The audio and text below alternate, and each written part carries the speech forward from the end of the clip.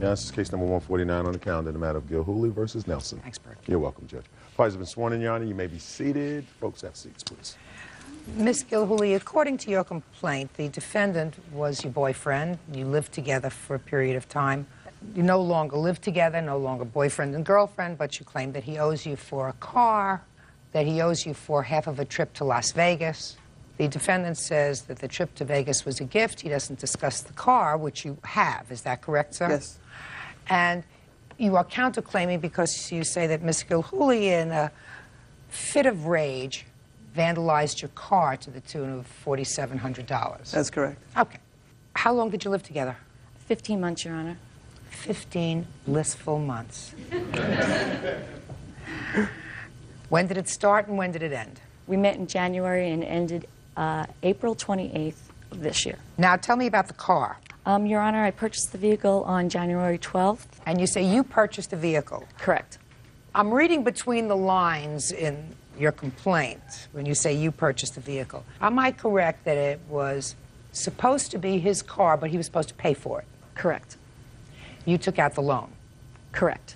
Down payment? Who put down the down payment? Basically, Your Honor, it was a cashier's check. It was paid in full. I took out a personal loan, and the car was purchased by a cashier's check. And the car was to be his car with monthly payments being made to you to pay back the loan? Correct. Is that right, sir? Yes. And how much was the total amount of the car that you The paid? vehicle was $2,700. What kind of car is it? It's a 93 GMC Jimmy. Did you pay her back? No. Why not? Well, I was paying the payments until August 20th when we broke up. She said you broke up in April. Well, April 28th is when we broke up. Until then, I made payments all the way until April. Last payment I made was April 10th. Then April 28th, when the vandalism was done to the vehicle, I had to get the vehicle fixed eventually. I see. So the vehicle that she vandalized was this vehicle? Yes. So you decided not to make any payments on it? Not until I got owed or anything because she vandalized my vehicle and did the damage. Gotcha. How much did you pay totally on the car? I gave her $300 totally towards the loan on the vehicle. Is that right? He gave me more, Your Honor. He made 3 payments of, I have it out to $410. $410. You see how honest she is? Okay. Yeah. So that means that you still owe her $22.90 on the car. Right. Now tell me about the trip to Las Vegas. Alan and I were scheduled to leave on a Friday afternoon, and he did not get his paychecks in time. And I stated to Alan, I'm going with or without you, because I was meeting family out there. And he stated to me that he would pay me when I got back. Your arrangement with him was you would pay for his plane fare. We drove, Your Honor. So what kind of expenses did you have when you were there? Hotel, restaurant, gambling fees, things of that nature. And what was the total amount? The total amount for the Vegas trip came out to $1,869.13. I'm asking for $934.56. Now you tell me your version of the Vegas trip. Well, the Vegas trip was, I really didn't want to go because I'm pretty busy with my work and stuff. And she wanted me to go, and I said, well, I really can't afford to go, and I've got to keep my job and keep busy because we had kind of a slow winter this year. So she goes, well, you come out because she wanted me to meet her family. All of her family was going to be out there. And she goes, well, we got to go out there, and I want to go out there, and I want you to come with me. So I said, well, how's this trip going to work? And she goes, well, I'll take care of it. If you can pay me back, you can pay me back. And if you can't, you can't. That was the arrangements. But then at the time... Just a second. Hold on a second. Okay. So she said, I'll take care of it. And if you can pay me back, you'll pay me back. And if you can't, you can't? Is that what you said? Yeah, exactly. Okay. What kind of work were you doing, Mr. Nelson, at the time that you went on the Vegas trip? I was working in the heating and air conditioning business, which I do. I do new construction. Plus, we were remodeling, we were finishing her basement in her house. What work were you doing, Mr. Nelson? You may think that you know where I'm going. Yeah. You don't. Okay. When was the Vegas trip? The end of March, Your Honor. The end of March of this year? Yes. Who were you working for where you got a paycheck or cash every week or every 2 weeks? My job. Well, what was your job, sir? Doing my job, heating and air conditioning construction. Heating and air conditioning and construction. Yep. Are you still working for the same company? I worked for a few different builders. Is this your busy season? Yep. This season? Yeah, summer. Summer is your busy season? Yep. Is it busier than it was in March? Or the same? About the same. Good. So that you can pay her back. The contract was you would go on the trip to Vegas, and according to you, If you can pay her back, you will. And if you can't, you can't. But you can, because you have a job and you have money, so you can pay her back. Right? Perfect. So it wasn't a gift. You just told me what the terms of the contract were. You got it, Mr. Nelson? Yep. Good. Judge Judy continues in a moment. She asked me, well, I want the keys to the truck. I said, no, you can't drive the truck, you're drunk. And then she just started going crazy on my truck. The key in the vehicle, pulling on bent the antenna, broke my wipers off. Did you do anything to his antenna? I bent it, but I put it back. And later today, I worked 6 and sometimes 7 days a week in order to make ends meet. And who was taking care of the children when you were working? She would be there at the house during that period of time. And if she wasn't watching them, someone would have had to have watched them. Right? I could have taken care of that too. I'm sure you could have, but you didn't. real cases, real people. Judge Judy. Deborah Gilhooly says her ex-boyfriend, Alan Nelson, owes for the unpaid balance on a car. Alan says he stopped paying after Deborah vandalized the vehicle. Tell me about the vandalism to your car. Okay, here's some pictures, Your Honor. No, tell me about when it happened, sir. Well, we were at the bar on April 28th, 2002. Yeah, about 5:30. I ran into a few friends at a local bar that I hang out in where I grew up. And Debbie doesn't like the person that I met. She got angry. She had a few beers in her. She was intoxicated. She went off and sat in the corner by herself at the bar.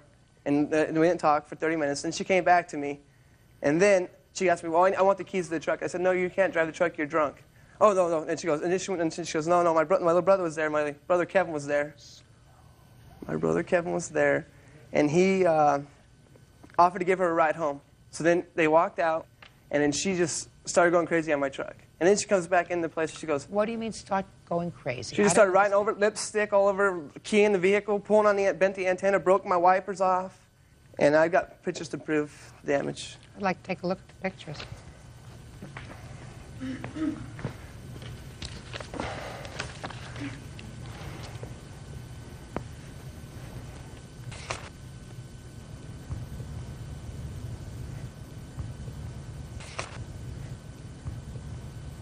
Did you damage his truck? I wrote on the vehicle, yes, Your Honor. Did you key it? No, I wrote with the ballpoint pen. Well, if you wrote with a ballpoint pen, that means it scratched it. Right, but it wasn't a key. Sorry. Keyed, wrote with a ballpoint pen. Well, you can't do that. I understand that. Did you do anything to his antenna? I bent it, but I put it back. I'm sorry. So what does your car need? A new paint job? Yeah, I have an estimate here for you, too. The estimate better be a real cheap estimate, sir. Oh, I got more damage. There's still more pictures.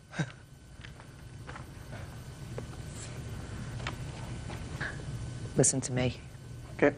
You paid $2,700 for this car. Yep. You think I'm going to let you paint it and fix it for $5,600? No, I didn't ask for that. You think I'm going to let you paint it and fix it for $4,700, which is what your counterclaim is? Yes, Your Honor. Wrong. In whose name is the car titled? My name. And right now there's a loan against it. Really? Yeah. For what? I had to pay for the transfer case and transmission went out after her and I separated. And I had to take a loan against it to get it out of the shop. And it was $2,600 and I borrowed $3,000 against it. Somebody gave you $3,000 against a $2,700 car? Yep. That's why banks are failing. Can I see the evidence as far as that lien? And Sure. I'll show you the pictures. Do you have the lien? I also, don't have a lien with I me also now, have pictures too. But I have Your Honor. pictures, too, of this more that I want to show you. This profanity that's on the vehicle. She wrote all over your car. But 42 years old? That's, I mean, a 17-year-old kid wouldn't even do that. I mean, come on, she's 42 years old. Come on. How old are you? 27. How mental stable is that? What?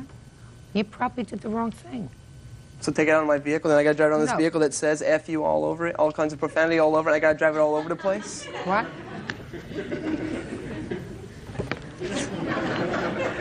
It's a car that you don't have to drive anywhere. You didn't pay for it. But I did do work for her in her house. I did remodel, I did do the basement. Were you living in the house? Yes, I was. How much rent were you paying? I was paying whatever I could afford to pay her, but then I was... Listen to me. That's not an answer. Okay. So you worked off your rent? $10,000 worth? Yeah, well, you know, some people are more expensive than others. Ms. Gilhooly, You see, your problem is that he owes you $22.90 for the car. Correct. He could probably get the car painted and buffed out or whatever, so it would look reasonable. At least he wouldn't walk around looking like a large profanity sign, you know, for $500, $600. Or maybe he did. Did you have it painted, by the way? No, I have not done it yet. So you're driving around with a car that is really terrible looking. Yeah. Your Honor, he buffed out the word liar. I have pictures of that, too. He what? He buffed out the word liar. You got that out of the vehicle. Well, you know, when you have a temper tantrum, you got to pay for your temper tantrum. I understand. And your temper tantrum's got to cost you some money. So I'm issuing a judgment for the plaintiff in the amount of $2,624. I have deducted the $600 so that Mr. Nelson can get his car painted, Yes, Your Honor. modestly painted. And I suggest that you both go, be happy. You have had no contact since April? A little bit, not much. What do you mean a little bit, not much? We're trying to set up appointments to meet, but it's over. I've got my life's been on. My life's went on. I've got a kid on the way, so Got a kid on the way? yes, When? it's due February. Oh, when did you get married? I am not married. Wunderbar. Thank you. Thank you. Your Honor. You may step out. And I helped the investor make her house go up and her value of her house go up and everything, about $30,000, and then I still got paid paying $2,600 some odd dollars. I don't think that's fair. I would have liked to seen the vehicle back, but oh well. She's psycho. She has mental problems. He's a basic idiot. And now the next case. All parties in the matter of Toller versus Falk. Step forward, please. Homemaker Renee Toller is suing her ex-boyfriend, service technician Bobby Falk, for an unpaid loan. Bobby says the purpose of the loan was to get Renee out of debt. Miss Toller, the defendant is your former boyfriend. Yes, ma'am. Did you live together? Yes, ma'am, we did. From when to when? I think I moved in with him last year, around June. We planned to have a baby together. I got pregnant 2 months later after I went off the pill. He got a summons to court to go. You're getting way ahead of yourself. I asked you a question. When did you move in together? You said June. June. June of 2001. Yes, ma'am. And when did you move out? Moved all my belongings out the morning of April 13th. It is your claim that during the time that you lived together, you took out a personal loan so that Mr. Falk could pay some back child support. Yes, ma'am. Actually, my ex-mother-in-law took out the loan for us. Your ex-mother-in-law. Yes, ma'am. You My have other children's paternal grandmother. How many children do you have? I have 2. And when is this baby expected? In 22 days. Real cases, real people. Judge Judy. Renee Toller says the father of her unborn child, Bobby Falk, owes for a loan. Bobby says the loan was taken out so Renee could clear up her debt. Now tell me about this loan. Did you agree to pay back your ex-mother-in-law? Yes, both of us did. Bobby said he could pay it off within 90 days. He had 2 vinyl siding jobs coming up. What was the total amount of the loan? $3,500. And how much of it was used to pay his child support? $2,600. Was that money given to him? Mm-hmm. By Yes. whom? The loan was deposited in my bank account. The money order that paid his child support came out of my bank account. And I have the papers here. Let me see.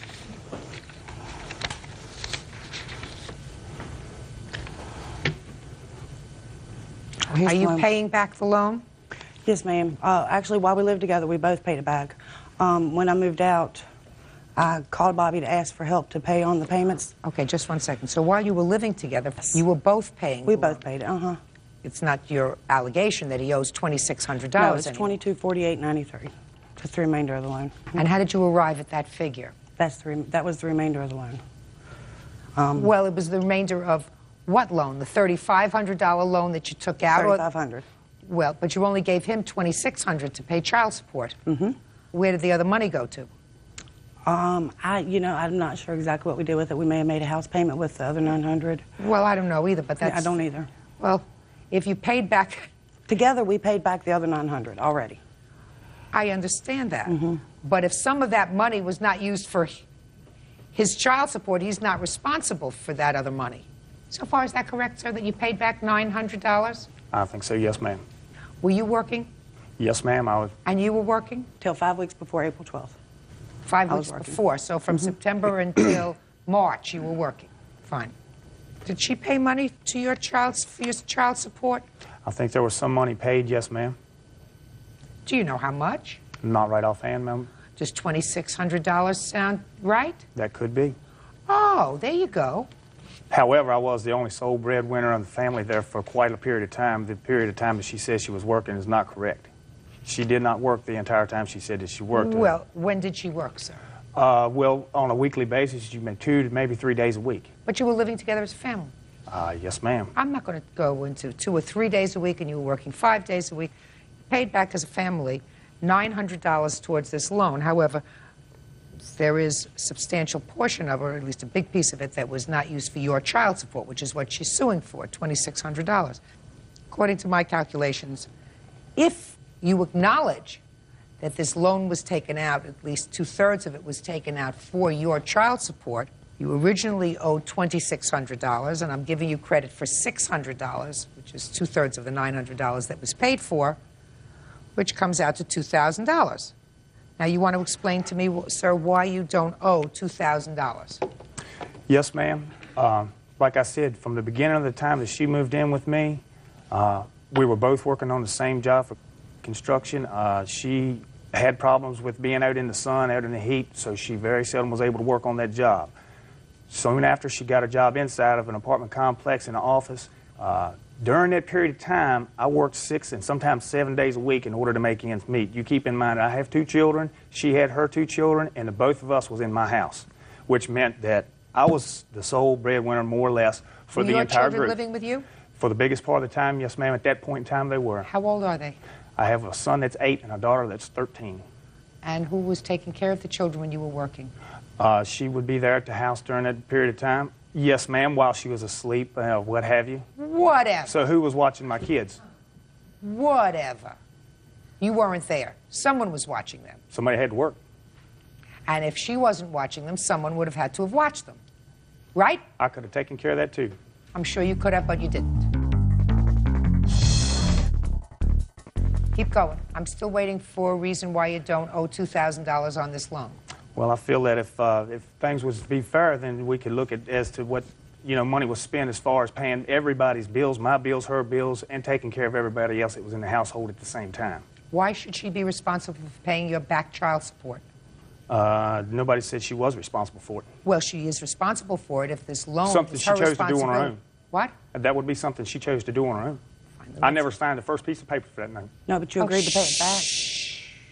Did you get a notice from Child Support Enforcement that you owe this money? Yes, ma'am, I did.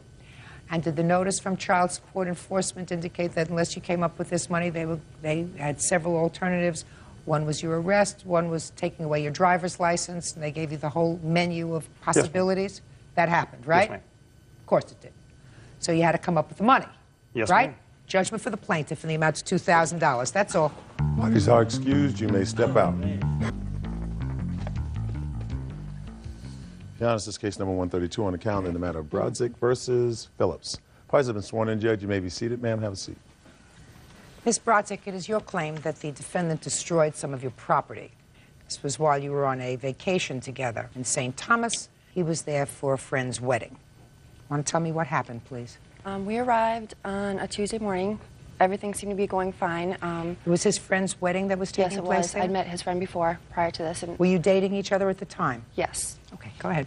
And then Brad is not supposed to drink, and as soon as he started drinking later on that evening at dinner, he became quite belligerent. He started, dancing with other women at the bar, and then he started to pick a fight with a man that engaged me in conversation. And then after that, we went back to the hotel, and he passed out. The next morning, same scenario, drinking again, belligerent. None of this is true.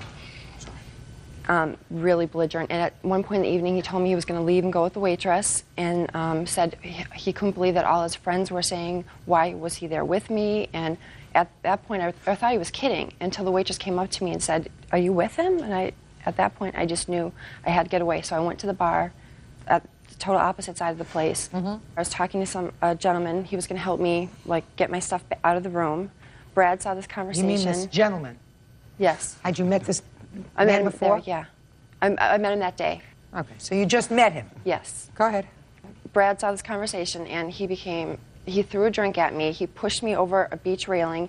He pushed me several times and started screaming, told me he was going to kill me, he was going to threaten my life. At that point, I called the hotel because I had both room keys in my possession. I said, please don't let him in the room. I just want to get back there, get my things, and leave. Did he leave at that point? His friends assured me that they would keep him with them so I could go back safely and get my things. Go ahead. And then I arrived at the hotel. The security officer said that the gentleman that's staying in the room had been there 5 minutes prior. As I walked up to the door, he was coming up from the beach, completely soaking wet. And I said, where's my stuff? He said, it's gone. It's gone. I got rid of it. I destroyed it. You don't have anything. And I went into the hotel room, and I just had an empty suitcase. Actually, when I walked in, these are my glasses. They were destroyed, and they were right when I walked into the room, as well as later on that day, my passport had washed up in the ocean. You can tell it's been destroyed. The top of it was ripped off because it's pretty much intact, other than the top of that. And I actually have pictures and a doctor's report from where the bruising had occurred from him pushing and hitting me. Pushing and hitting you.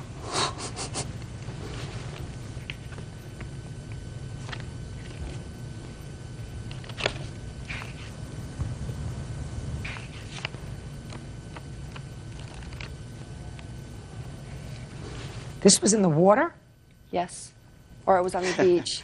It was returned to me from the security office at the hotel. It's on the beach. It clearly wasn't in the water. Can I see a list of the items that were destroyed, please? Yes, ma'am.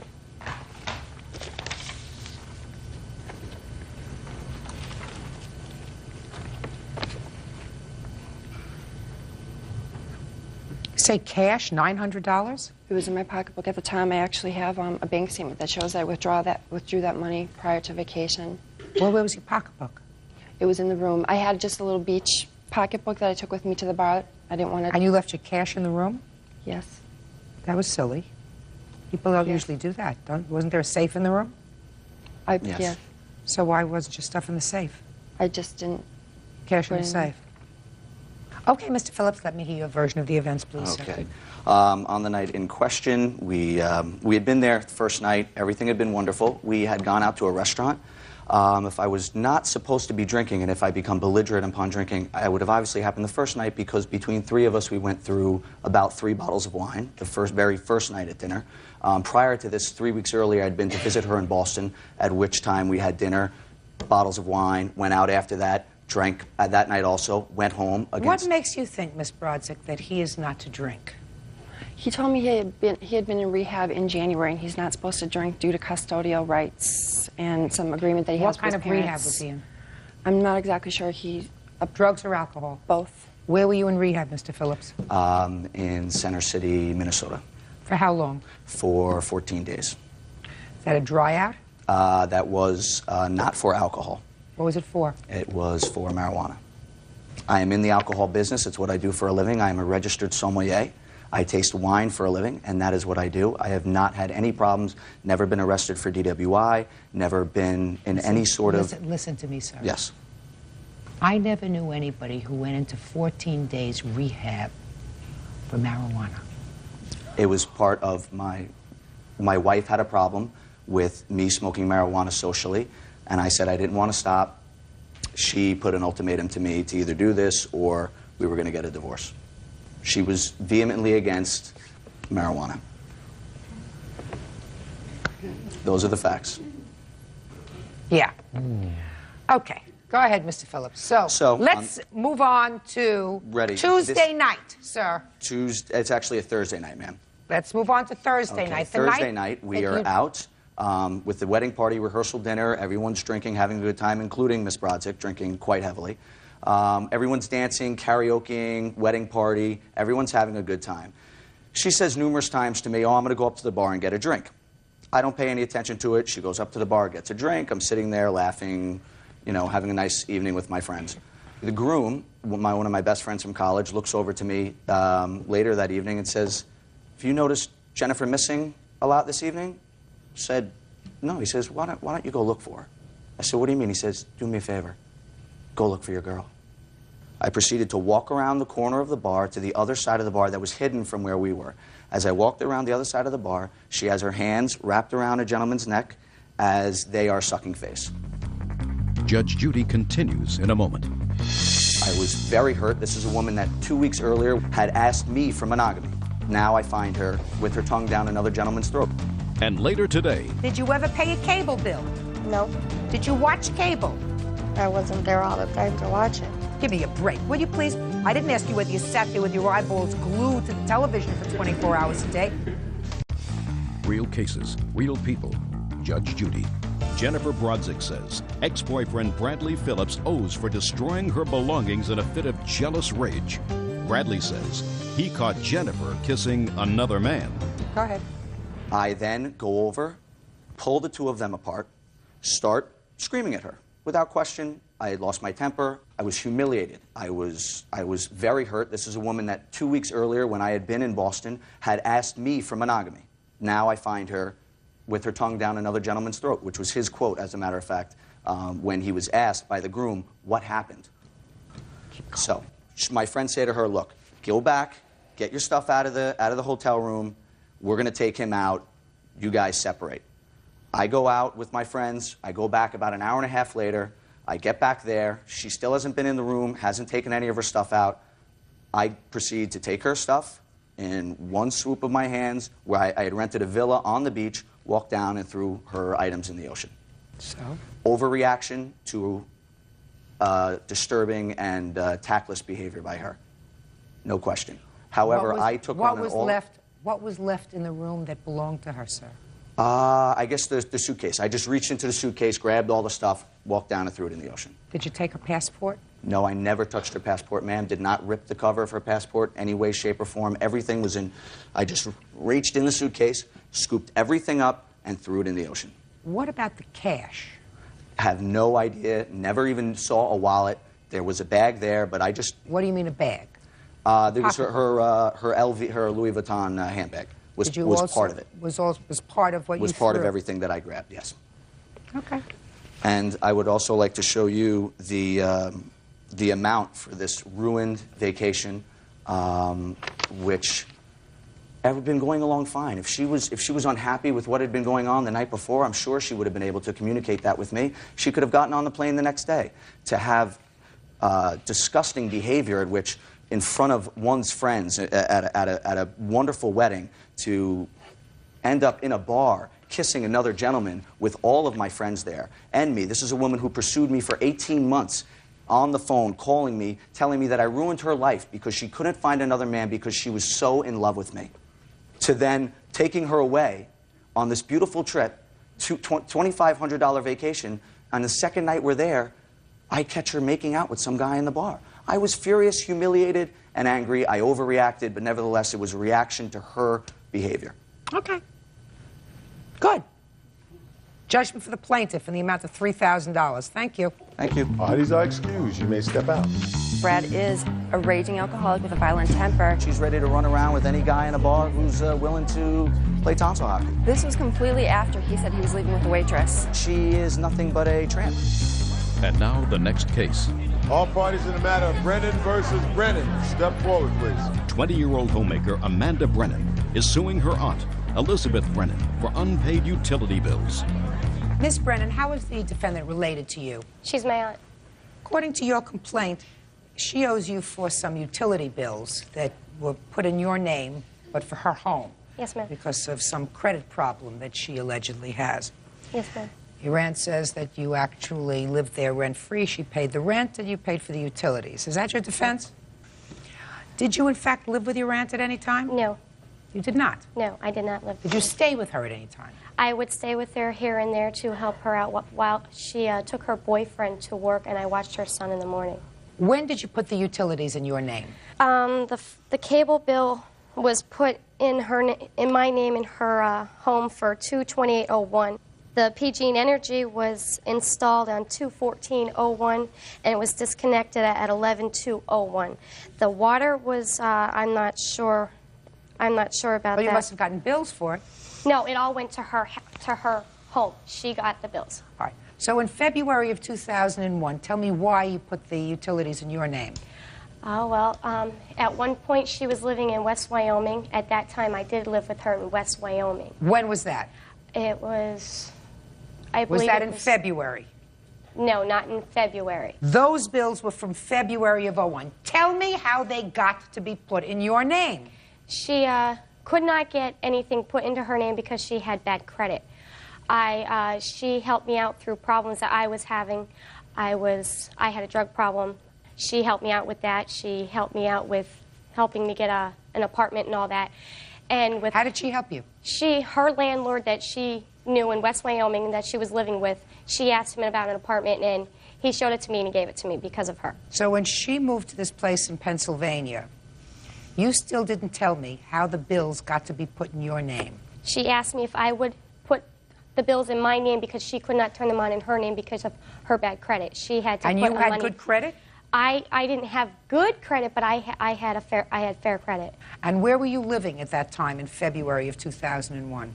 I'm not sure if I was living in Dallas. I'm not quite sure about that date. I'm not. Well, you have to. Where was she living? She was living with me because I moved from West Wyoming to Hillside Ave. Me and my boyfriend moved her out of Dallas, moved her into my house where I stored her stuff. And she lived with me up until February 16th of 2001. Of 2001. When did she move into your house? She moved in February 9th. Plus, she stayed over after that. I'm not talking about staying over, Miss Brennan. I'm talking about living with you. She only lived with you in this location for a couple of weeks. Mm-hmm. And that's the place where the bills were put in your name. Yes, ma'am. So she asked you to put the bills in your name. Yes, ma'am. And you were, in fact, staying there for a couple of weeks. Come on. Yes, ma'am. Come on. Yes, ma'am. I mean, I have a lot of things to do today. Yes, ma'am. And then you moved out. Yes. Where did you go when you moved out? I moved to Church Street, a couple blocks away from her. Is that right? Yes, she did move out. Fine. Now, the time she moved out, what did you do with the utility bills? I asked Amanda to, I didn't even ask Amanda to put them in her name for me. I didn't even know about it. My sister did.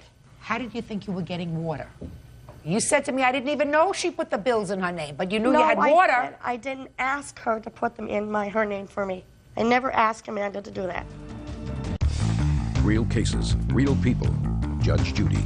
Amanda Brennan says she co-signed on utility bills for her aunt, Elizabeth Brennan.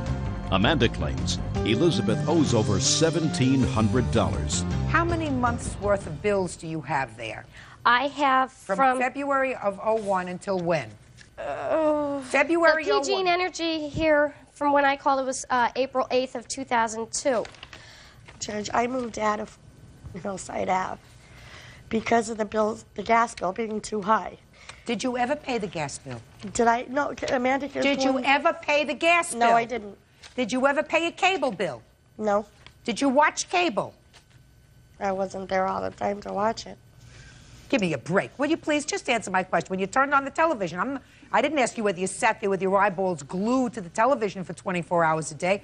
You flipped on the television and you watched it, so you had cable, right? Yes.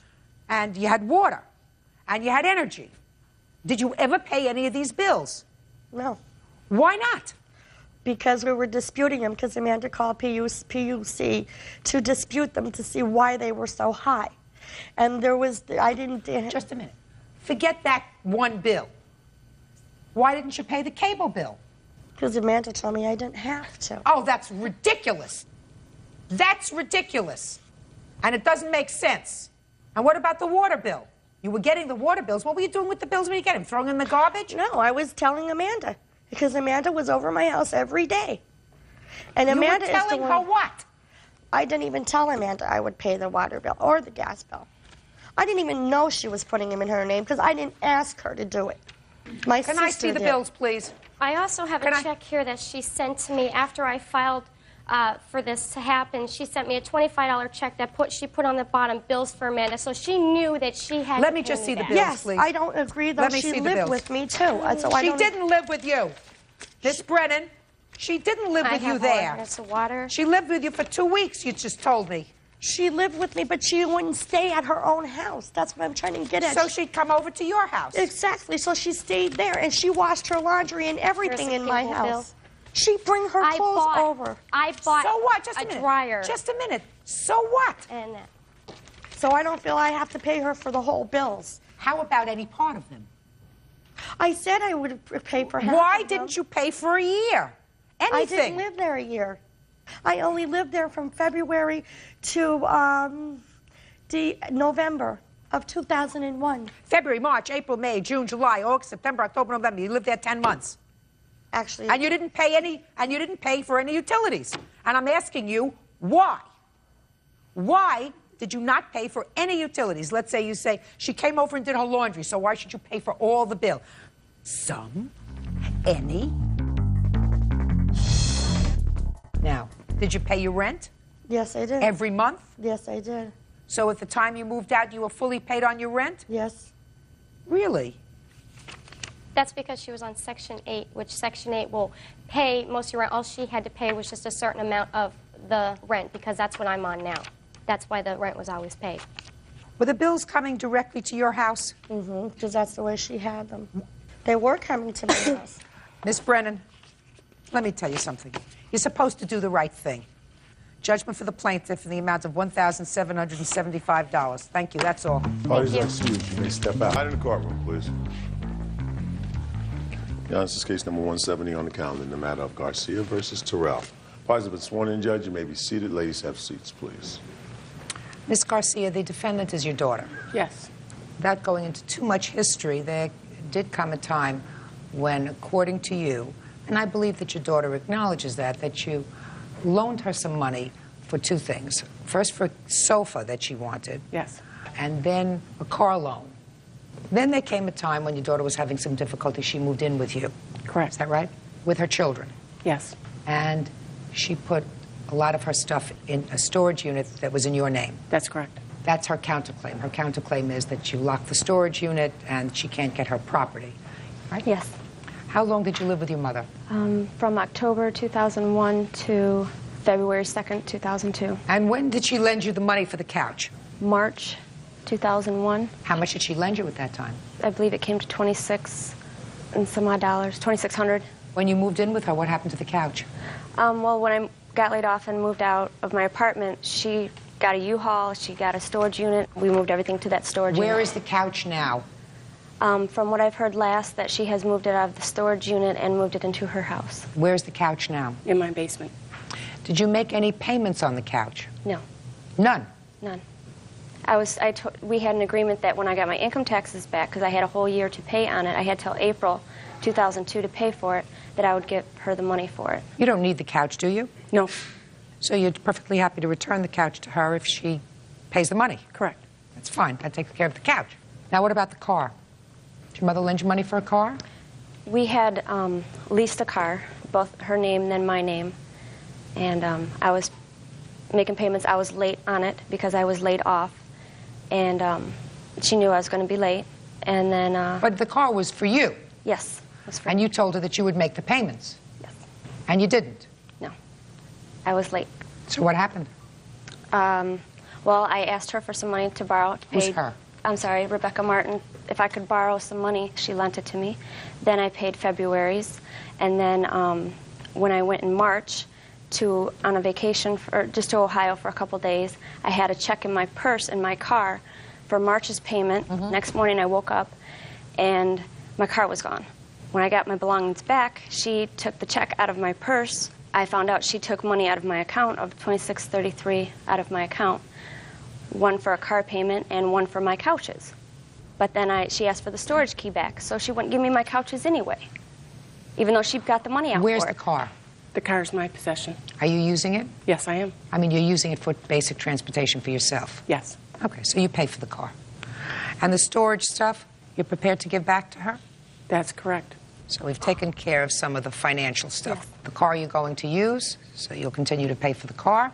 She's going to give you $2,600 for the sofa. The problem that I have here is that you have children. And I gather that since this incident that happened between you and your mother hasn't seen your children. Why is that? With everything that I've had a really rough life living in that household and a lot of abuse that was in the house, and I don't want my children around that. I don't want them to go through what I've went through in my life, so I just rather just keep them away. And then she called Protective Services and told them that I punched them in the face took the chance on me getting my kids taken away. Did you ever hit your children? No, I don't hit. I don't punch them. I spank my children. I'm not gonna lie. I discipline my children. How old are they? They are 6 and 3. And I could understand if she was looking out for the welfare of the children. I could get over that. Yeah, she was looking out for the best interest. To sit there and straight up lie to get a chance on... My daughter was pulled out of gym class to be questioned. She was upset about that, and I... When you hit your children, where do you hit them? I hit them on their butts. With what? My hand. Anything else? No, not like her, that she uses a spatula. I don't think so. What does your 3-year-old do that inspires you to hit her? My son? Your son. Him. Well, if he's acting bad, throwing a fit, I mean, you know, a normal 3-year-old, you know, mouthy, no. If timeout's not doing it, if he's not staying in his corner, I spank his butt. I paddle his butt. Paddle it with what? My hand. Anything else? No. That's hard enough. I don't need any objects. I'm not going to get into that with you, but 3-year-olds have a limited understanding. A boy at that. Yeah, well. And if children grow up in violence, that's what happens. So if you grew up in what you allege is a violent household, where you were corporally punished, perhaps you want to rethink your disciplinary mode with your own children, because that perpetuates itself. That doesn't mean that your children who are used to their grandmother shouldn't see her even for a couple of hours every other Sunday, because now that you're angry with each other, what caused this rift? You want to tell me? Well, it was a domestic violence charge upon her for cutting my face on February 2nd of 2002. What did she cut your face with? Her fingernail. You had a fight? Yes. I was fighting her off of me. About what? She put my grandson in allowed him to go to her ex-boyfriend's his father house, who she said that she would not allow him to go over there because in 2000 he took my grandson away from her and wouldn't give him back, was trying to sue her for custody. And she called me up crying, wanting me to help her get my grandson out of the home. So I went over there with her and got the child out of the home with the police, and she said that she would never let him have his, see his son again. Well, as time went by, she forgave him and she allowed him to see him, but she said she wouldn't leave him alone with him because of all that he has put her through. She didn't want him to see that. So in 2000 of this year, 2002, February 2nd, she let him go over there because we were all sick in the home. I had bronchitis, she was sick, and my grandson was sick, and she wanted to get some sleep. So she let him go over there without her supervision. And I said, I thought you weren't going to allow him to go over there. And we got into an argument, and then she went into a rage, and she cut my face. Judge Judy continues in a moment. They want to see her. They send her letters. They write her letters. And I want I have not that. received any letters. She goes off. Listen, don't fight. I'm trying to make it better. And later today, there was no necessarily written contracts or anything of that. Get to what she owes you money for, sir. I already got that part of the story. I finished with that. What does she owe you money for? What do you think? I don't remember my question? I'm not that old. real cases, real people. Judge Judy. Sharon Garcia says her daughter, Angela Terrell, owes for several unpaid loans. Angela says her mother won't return her belongings. You think it's a smart idea not to let your children see their grandmother? With her husband in the house, yes. What do you mean with her husband? You think it's okay with her husband? Or I don't not? want my children around her husband, really. I mean, I'm not really too worried about her. I mean, as long as she doesn't hit him with spatulas or cutting boards or whatever. What if she just sees him in the park? Yeah, that's fine. It's supervised visitations is Why fine. don't you just see him in the park? It's just, she was part of their lives. I understand, and my kids miss her terribly. And I hate it, but... Not for you and not for her. I know. But really for the children. I know. They want to see her. They send her letters. They write her letters. And I want I have that. not received any letters. Well, isn't there a park where you could meet? Yes. But with, we have a no contact order, and we have a no, I can't have any negative contact with her. And the way she goes off Well, what, just talking. I mean, isn't don't there want somebody that. else that you could arrange? And I can't fashion such an order. But no And contact then you can order only with do that between But I yourselves. still can't have Shh, negative shh, contact. Listen, don't fight. Okay. Trying to make it better. I can't fashion that order. That's not currently before me. But isn't there someone else? I don't know who this lady is. Her neighbor's a sheriff for Oakland County. Somebody else who could just pick up And the supervise? kids, Yes. go to the park, let her spend a couple of hours with the kids a couple of times a month on a Sunday. Can't you arrange that? Be a good mother. I'm trying.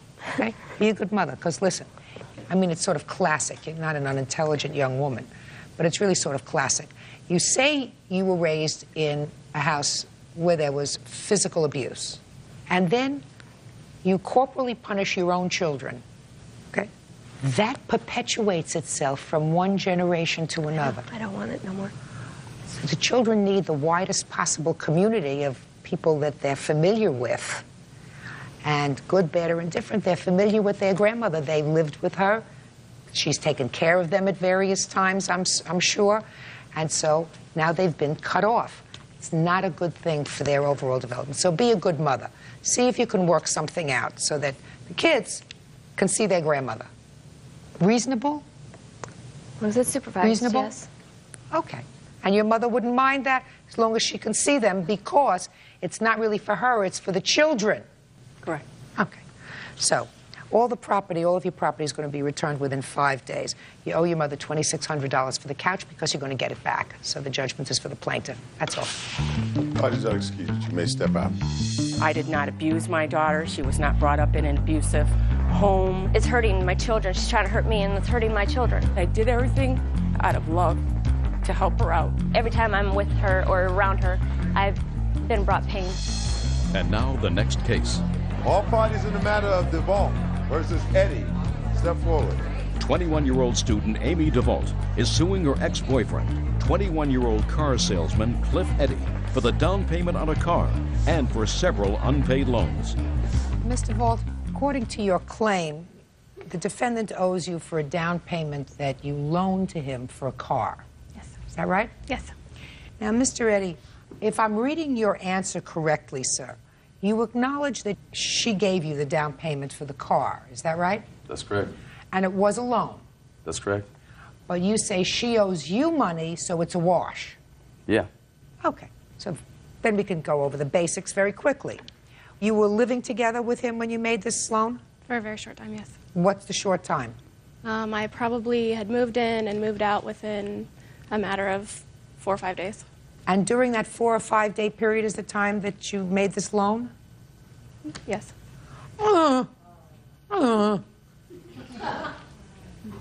Don't you ever watch this courtroom? Ever? Did you ever see the cases here? Yes. Did you ever learn anything? I've learned a lesson now. Sometimes you have to get burned yourself, and you can't learn by somebody else's mistakes. But I want you to keep watching. And how much was the down payment that you loaned to him?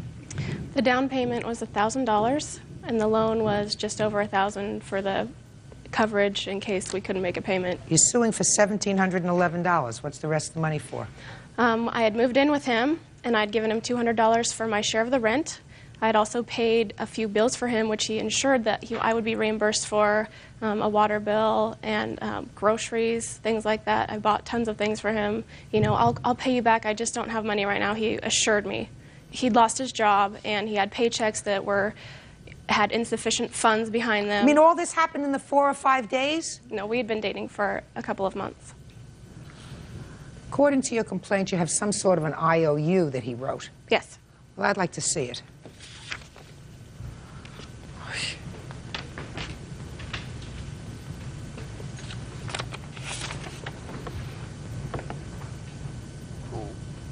Where did you get this note from? From a store where you purchase stationary legal documents. When did you purchase this? In the beginning of June. Last June? Yes. And tell me what days you lived with him? Approximately the end of May, beginning of June. And what made you have him sign this June 30th note? I had moved out, and I wanted the money for the rent money that I had given him, and I wanted it back because I didn't live there for more than 2 or 3 days in June, which the money was for June's rent, and he had spent it. Show this to him, please.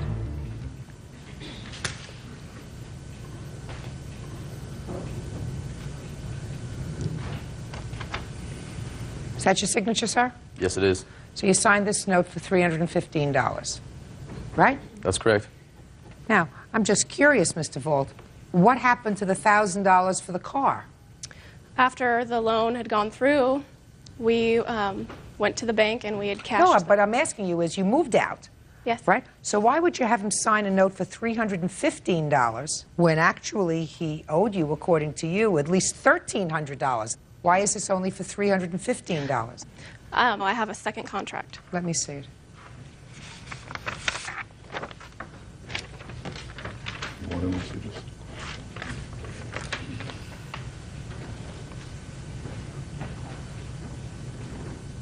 All right. Well, we're talking about two different things. You took out a loan. Now, was this the loan for the car? Yes. All right. He's paid off the car loan. No, Is that right, sir? No. That's what you said. I paid off the balance of the vehicle. This was a separate loan through Wells Fargo Bank. For what? For $1,000 cash, down payment for the vehicle. Oh, I see. This you didn't pay off? No. Okay. Now, your defense is, sir, that she owed you money. Yeah. I'm waiting. Well, we started dating. We were dated for about 4 or 5 months. She was in a sorority house then, and she would stay over at my house frequently, almost every night. When summertime came, you have to leave the house for the summer. So she moved in with me then. In the process of that, I was working at a dealership in Corvallis there, and I was looking for another vehicle.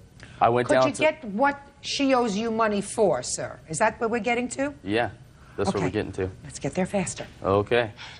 But I went down to the bank to get the loan.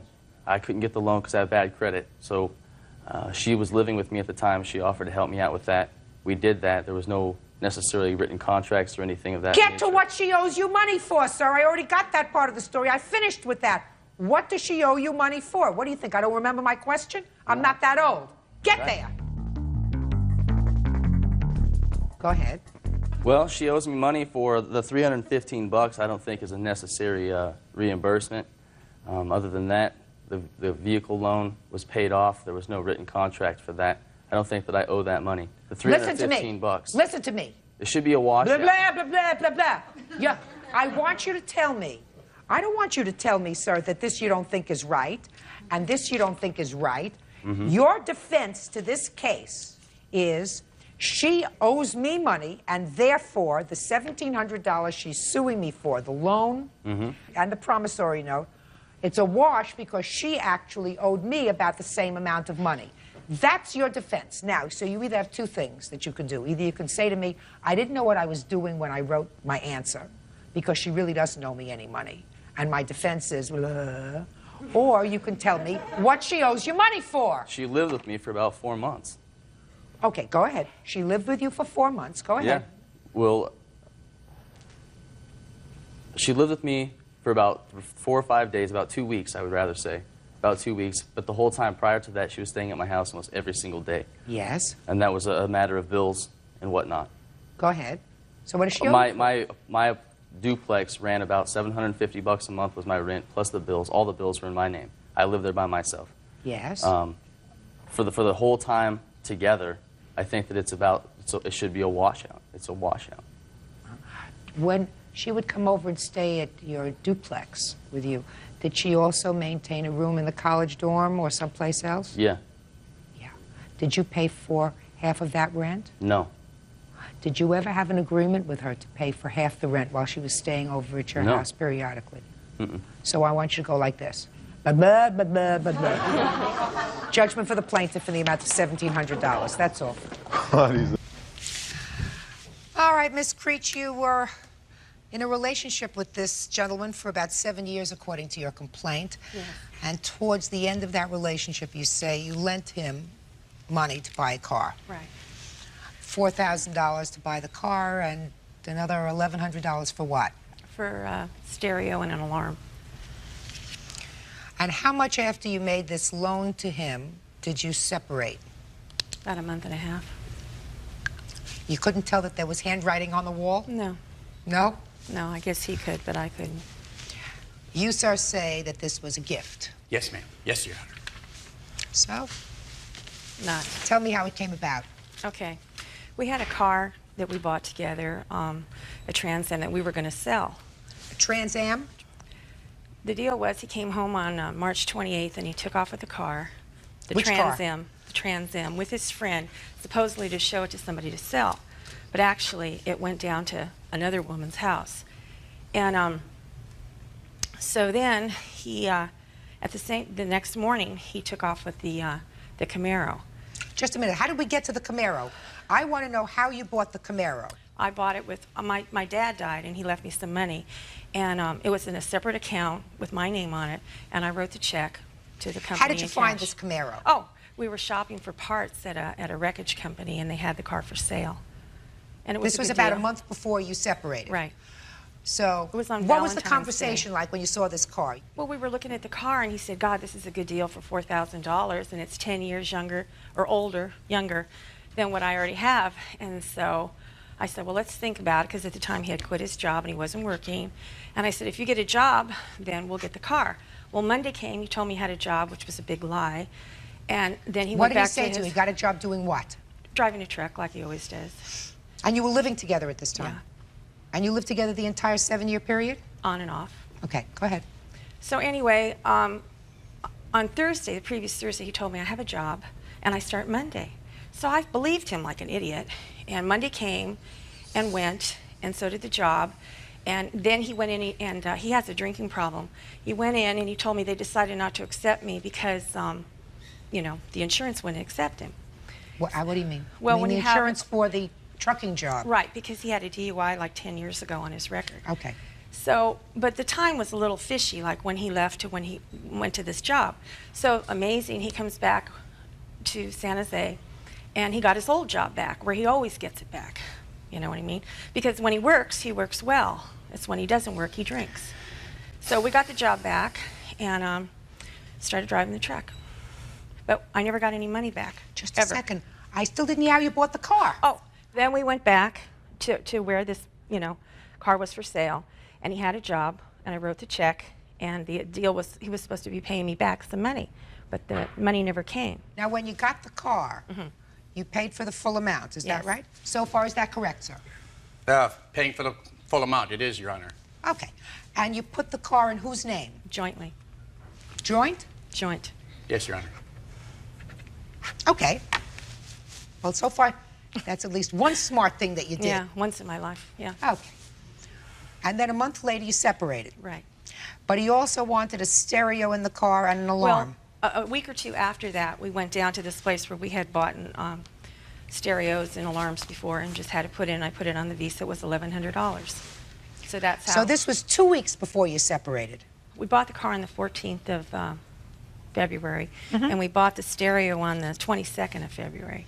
And when did you separate? The 29th of March.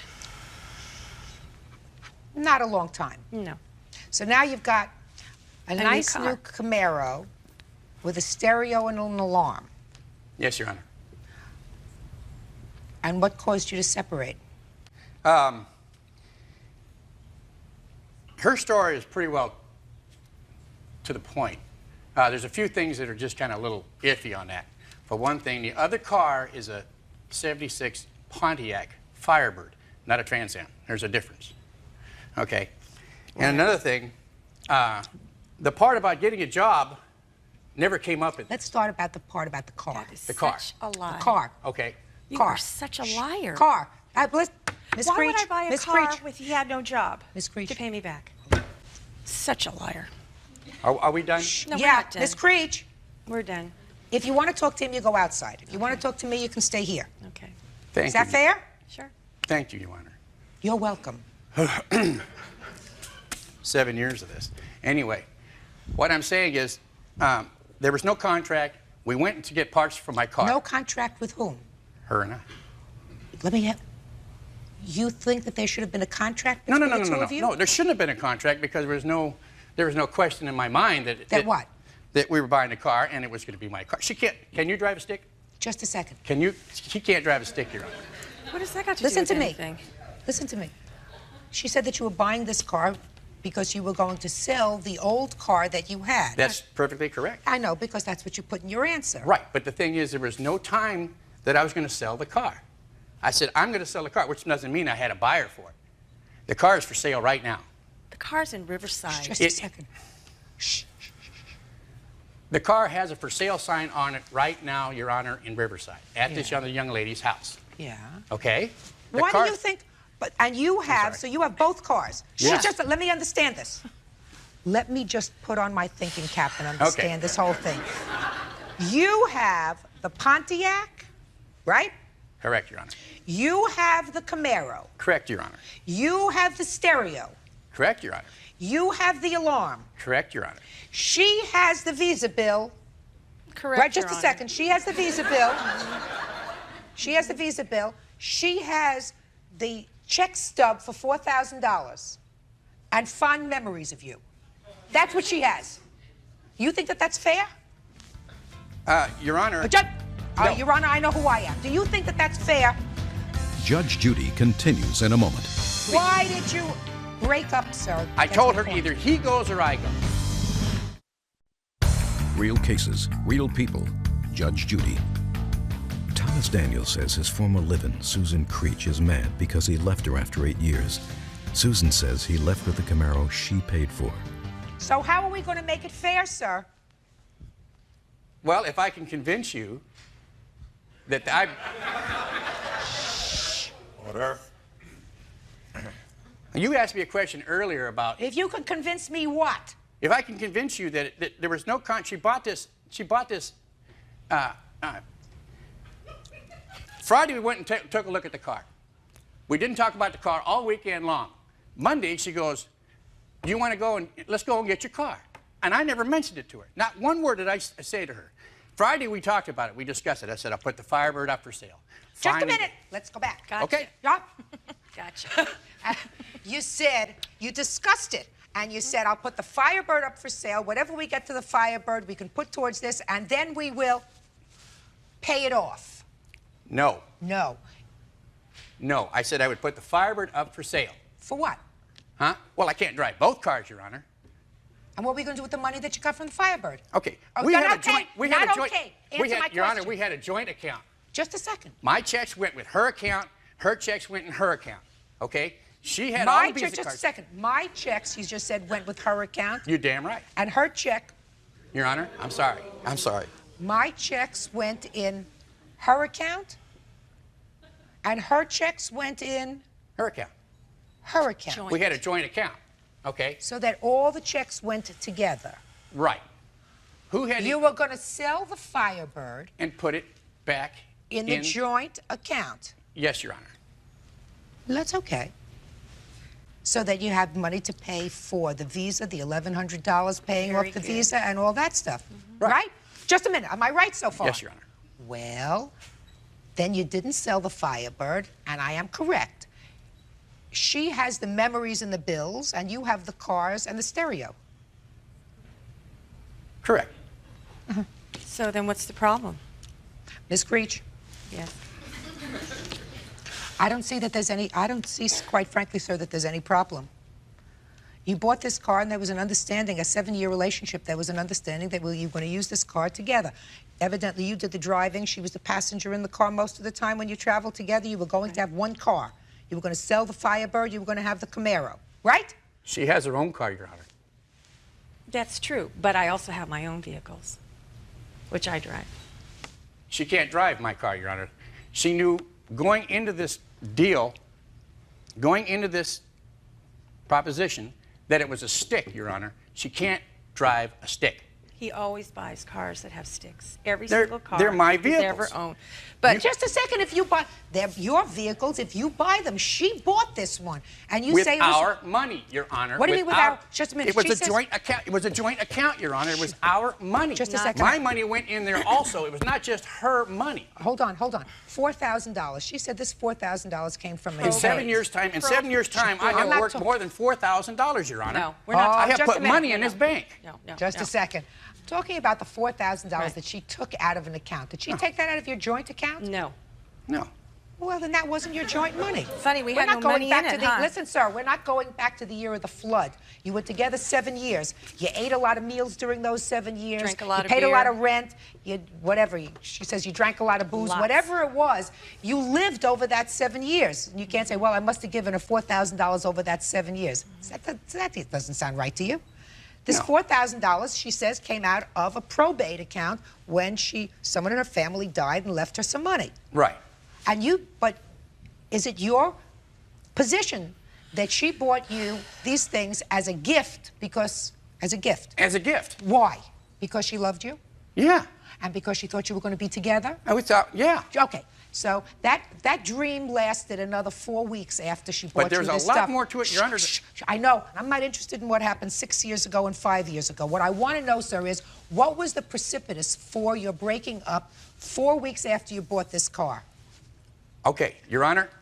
That's me. She has a son, a 19-year-old son who does not work, has been graduated out of school, does nothing more than run around with gangs, does nothing more than get stopped doesn't get stopped for tagging, gets thrown in jail for tagging. I've told her that she goes to work at 11 o'clock at night. I stay home and sleep. Why did you break up, sir? I told her either he goes or I go. Okay? He was staying. I said, hasta la vista. And I left. Judge Judy continues in a moment. As long as I never have to see or hear from you again, I'm happy. Real cases, real people.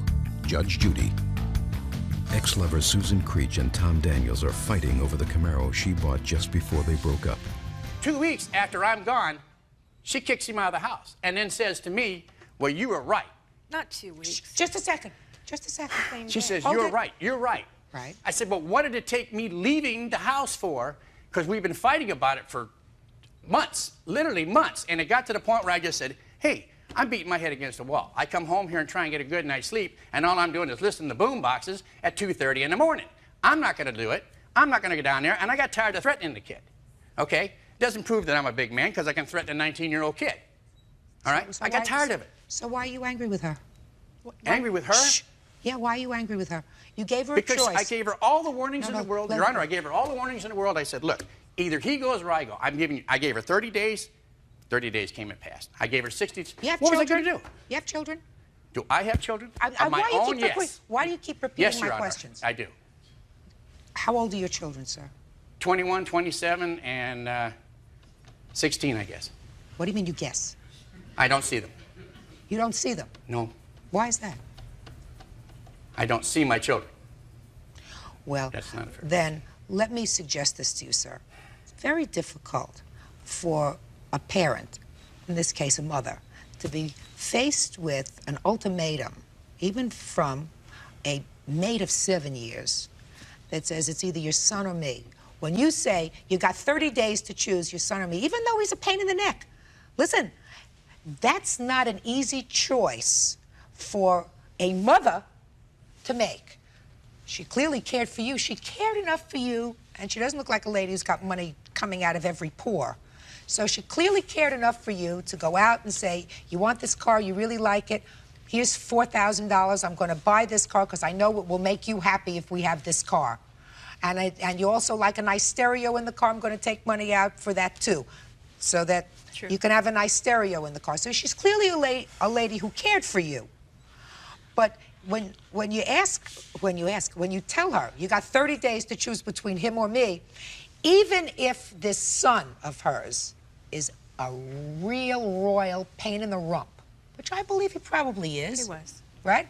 Because So was he. afterwards you told him out. Right. It's not easy to accept that kind of ultimatum from anybody when it comes to a child. Well, the problem was, though, he had plenty of chances. He's done some really choice things in his life. I felt like I was giving everybody chances. But he's such a selfish person, he has to have everything to himself. You know what I'm saying? Well, it's not a very difficult decision to make. You left, you had been having problems, according to your statement, Mr. Daniels, for months with regard to this boy. So why did he take both cars? I'd like to know why. I wasn't planning on leaving one to have it trashed. Oh, come on. Oh, come on. How about the Mr. Daniels, how about the Mr. Firebird? Daniels. How about the Fiaro? How about the Fiaro? Who keyed the Fiaro? Me. Thank you. I'm going to leave a Pontiac sitting there by itself, Your Honor. Why would I? For this woman to key up again? Mr. Daniels, Doesn't make any Mr. sense. Daniels, It still why wasn't her didn't you- car. Why didn't you bring leave her the Camaro? Pardon me? Because he wanted What, just a second. What word didn't you understand? I wanted the Camaro. Because Yeah, but just a... Good, You wanted the Camaro, Mr. Daniels, but she paid for it. I want, but she paid for it. If you were leaving after 4 weeks, it seems to me a little disingenuous of you, sir, to leave and take a car that she had just purchased for you. Judge Judy is ready to rule.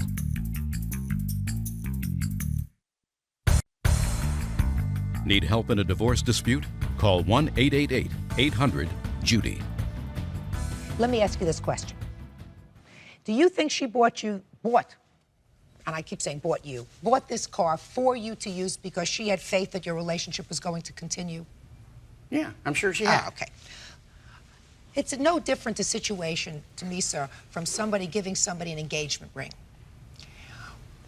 And it's always been my position that when a man buys a woman an engagement ring, that's given under a sort of a contract that they have, that they will be together and that they will marry. And in the event that that marriage does not take place, it has always been my position that the ring has to go back to the man. Now, a lot of women say, listen, he gave that to me, it was a gift. But the gift was given with the intention, that ring was given with the intention of the marriage taking place. When that doesn't happen, the contract is over. This car was bought in contemplation of the two of you being together. Maybe if you had been together for 20 years, I would say, well, you know, you were together for 20 years after you bought this car, so that was sort of fulfilled. But there is something that doesn't sit right with me here that you left in a month's time, taking the car, the stereo, as well as the alarm. The alarm should have gone off in your head. The judgment in this case is for the plaintiff in the amount of $5,000. Can I say one more thing? Yes. Is there a way that you can make him bring the other car up from Riverside? Because he wants me to go down and get it. Madam, let me explain something to you. You've just told me this man drinks. He is selfish. True. He's self-centered. He gave you an ultimatum with regard to your child, right? True. He perhaps has not been totally faithful to your relationship. Big time. Big time? Big time. You just won a You're judgment for $5,000. What do you want a 20-year-old Pontiac for? Right? True. Perfect. $5,000 for the plaintiff. Parties are excused. You may step out. On the next Judge. Your Honor, it's number 90 on the calendar in the matter of Farkas versus Bull. Parties have been sworn in, Judge. You may be seated. Have a seat, ma'am. Mr. Farkas, if you tell me the story in as interesting a manner as you wrote it in your papers, it's going to be a fun morning. So, relax and tell me your story. Well, I was traveling westbound on Sunset Boulevard heading towards Highland. I get to the corner of Highland with a plan to make a right turn. I'm in the far right lane. The light changes. I move forward a foot or a yard. All of a sudden, bam! Mr. Bull over here smashes me from the middle lane of Sunset because he's decided to make a right turn onto Highland. So we pull into a strip center right nearby, and you know, I'm reaching for my documents. I'm just trying to compose myself, and he saunters over to my window, and you know, in his way, oh, I'm so sorry I did this. This is terrible. I had my mind on other things, and I'm getting a divorce. I'm saying, please, I don't want to know. Just let's go with the license and registration. So I look at his license. A divorce? I just got married, so I can't be getting a divorce. I'm going to get to you in a second. I read his license. Dwayne Xavier Bull. License expires in '95. Do you have insurance? No, this I don't have. I look at his license plates, New Mexico license plates. So what are we going to do? He says, I just want to pay for it. Why don't you just take it over to a... So I ask him, what beseeched you? What possessed you to make this turn? Your Honor, he says, I saw my boyfriend on Highland Avenue with another man, and I got so upset. I said, I'm not interested. What are you going to do? He says, I'm going to pay. He says, I'm going to pay for it. I tell him, I'm going to go right now to get an estimate, and I'm going to bring it to you, and you'll pay for it, and we'll forget the whole thing. Now, the man, can I show this to the judge, please? Yes. The day, exactly at the incident, I wouldn't leave the scene without him signing this. It clearly says, Dwayne Xavier Bull agrees to pay me. He caused the accident. Fine, so he does it. So what happens next? I call him and call him and call him. No answer. He gives me his pager. His salon is on Sunset. Following morning, I walk into his place of business. I walk in, and this young lady takes over. Divorce, marriage, the French woman, I don't know, but she starts, excuse me, I will handle this. Dwayne has no money. Well, that's good. That's good. What are we going to do? But we want to fix your car, so we want you to take your car to Vahe. To who? Vahe. Vahe. So Vahe, the Armenian auto body repair. It's right. There's more documents to establish it. I pick up the telephone. I say, I'm not leaving here till I speak to Vahe, so it's perfectly clear that Vahe fixes my car, he pays for it, and I go home. I call up Vahe, and I say, Vahe, do we understand each other? Dwayne Xavier Bull, I'm going to bring my car to Jenemsveld in the valley somewhere, and you should only know where, I don't know where it is. You have to take a cow to get there. So, Vahe, do we understand each other? You're going to fix the car, and Dwayne Xavier Bull is going to pay for it. He says, no problem. We know Dwayne. You bring your car. You'll be very happy. Following morning, my wife and kid in tow with the Camry behind us. We're trucking out to no man's land. Oh, excuse me. Here's the document that says that he agrees to pay Varaz Auto Repair when I bring the car to him. Okay. Dwayne, can you give me a chance? Mr. Bull, I'm going to let you tell the defendant's side of the story as soon as he's finished, okay? Go ahead. So I get to Varaz. Vahe's a very nice guy. He says, leave the car, no problem. On my way home, I'm telling my wife, there's no shot in the world that this problem is over. Sure enough, like clockwork, Vahe's boss calls me. Bob, the Armenian. Bob, we have a problem. Of course we have a problem. Dwayne Bull didn't come to pay for the car, right. He says, we agreed that he would just pay for the parts, and we'll give him time on the labor. The man doesn't come. So I start calling him, Vahe is calling him, Bob is calling him, the man doesn't return calls. Finally, he threatens me on the telephone. I called West Hollywood Police. He says to me, if you call me and harass me anymore, I'll have people beat you up. I call West Hollywood Police, but they're busy with seatbelts. They can't handle this. How long are you in California, sir? Not long. How long were you in California at the time of this accident? Unfortunately, only about 60 or 90 days, and although it's not relevant to the case, 45 days before this incident, I move into a house on April 4th, and the following day I wake up in the morning and the house is on fire. I'm carrying my baby out in the fire at 2 o'clock in the morning. And if I make, oh yes, we heard it enough. Well, here's an official document from the fire department establishing that that happened. I know it's not relevant. I'm sorry. It has nothing to do with the case. Okay, so did you get your car? I actually paid for it yesterday for a full month. I mean, this man wreaked havoc on my life. How much was the... $1,800. It was 19 at first. Excuse me. You want to pay 19? He changes Excuse his me. The day I came to him in his salon, I showed him the first estimate that I told him I would get was for 18 and change. Varaz, his own people, estimated at 1,800.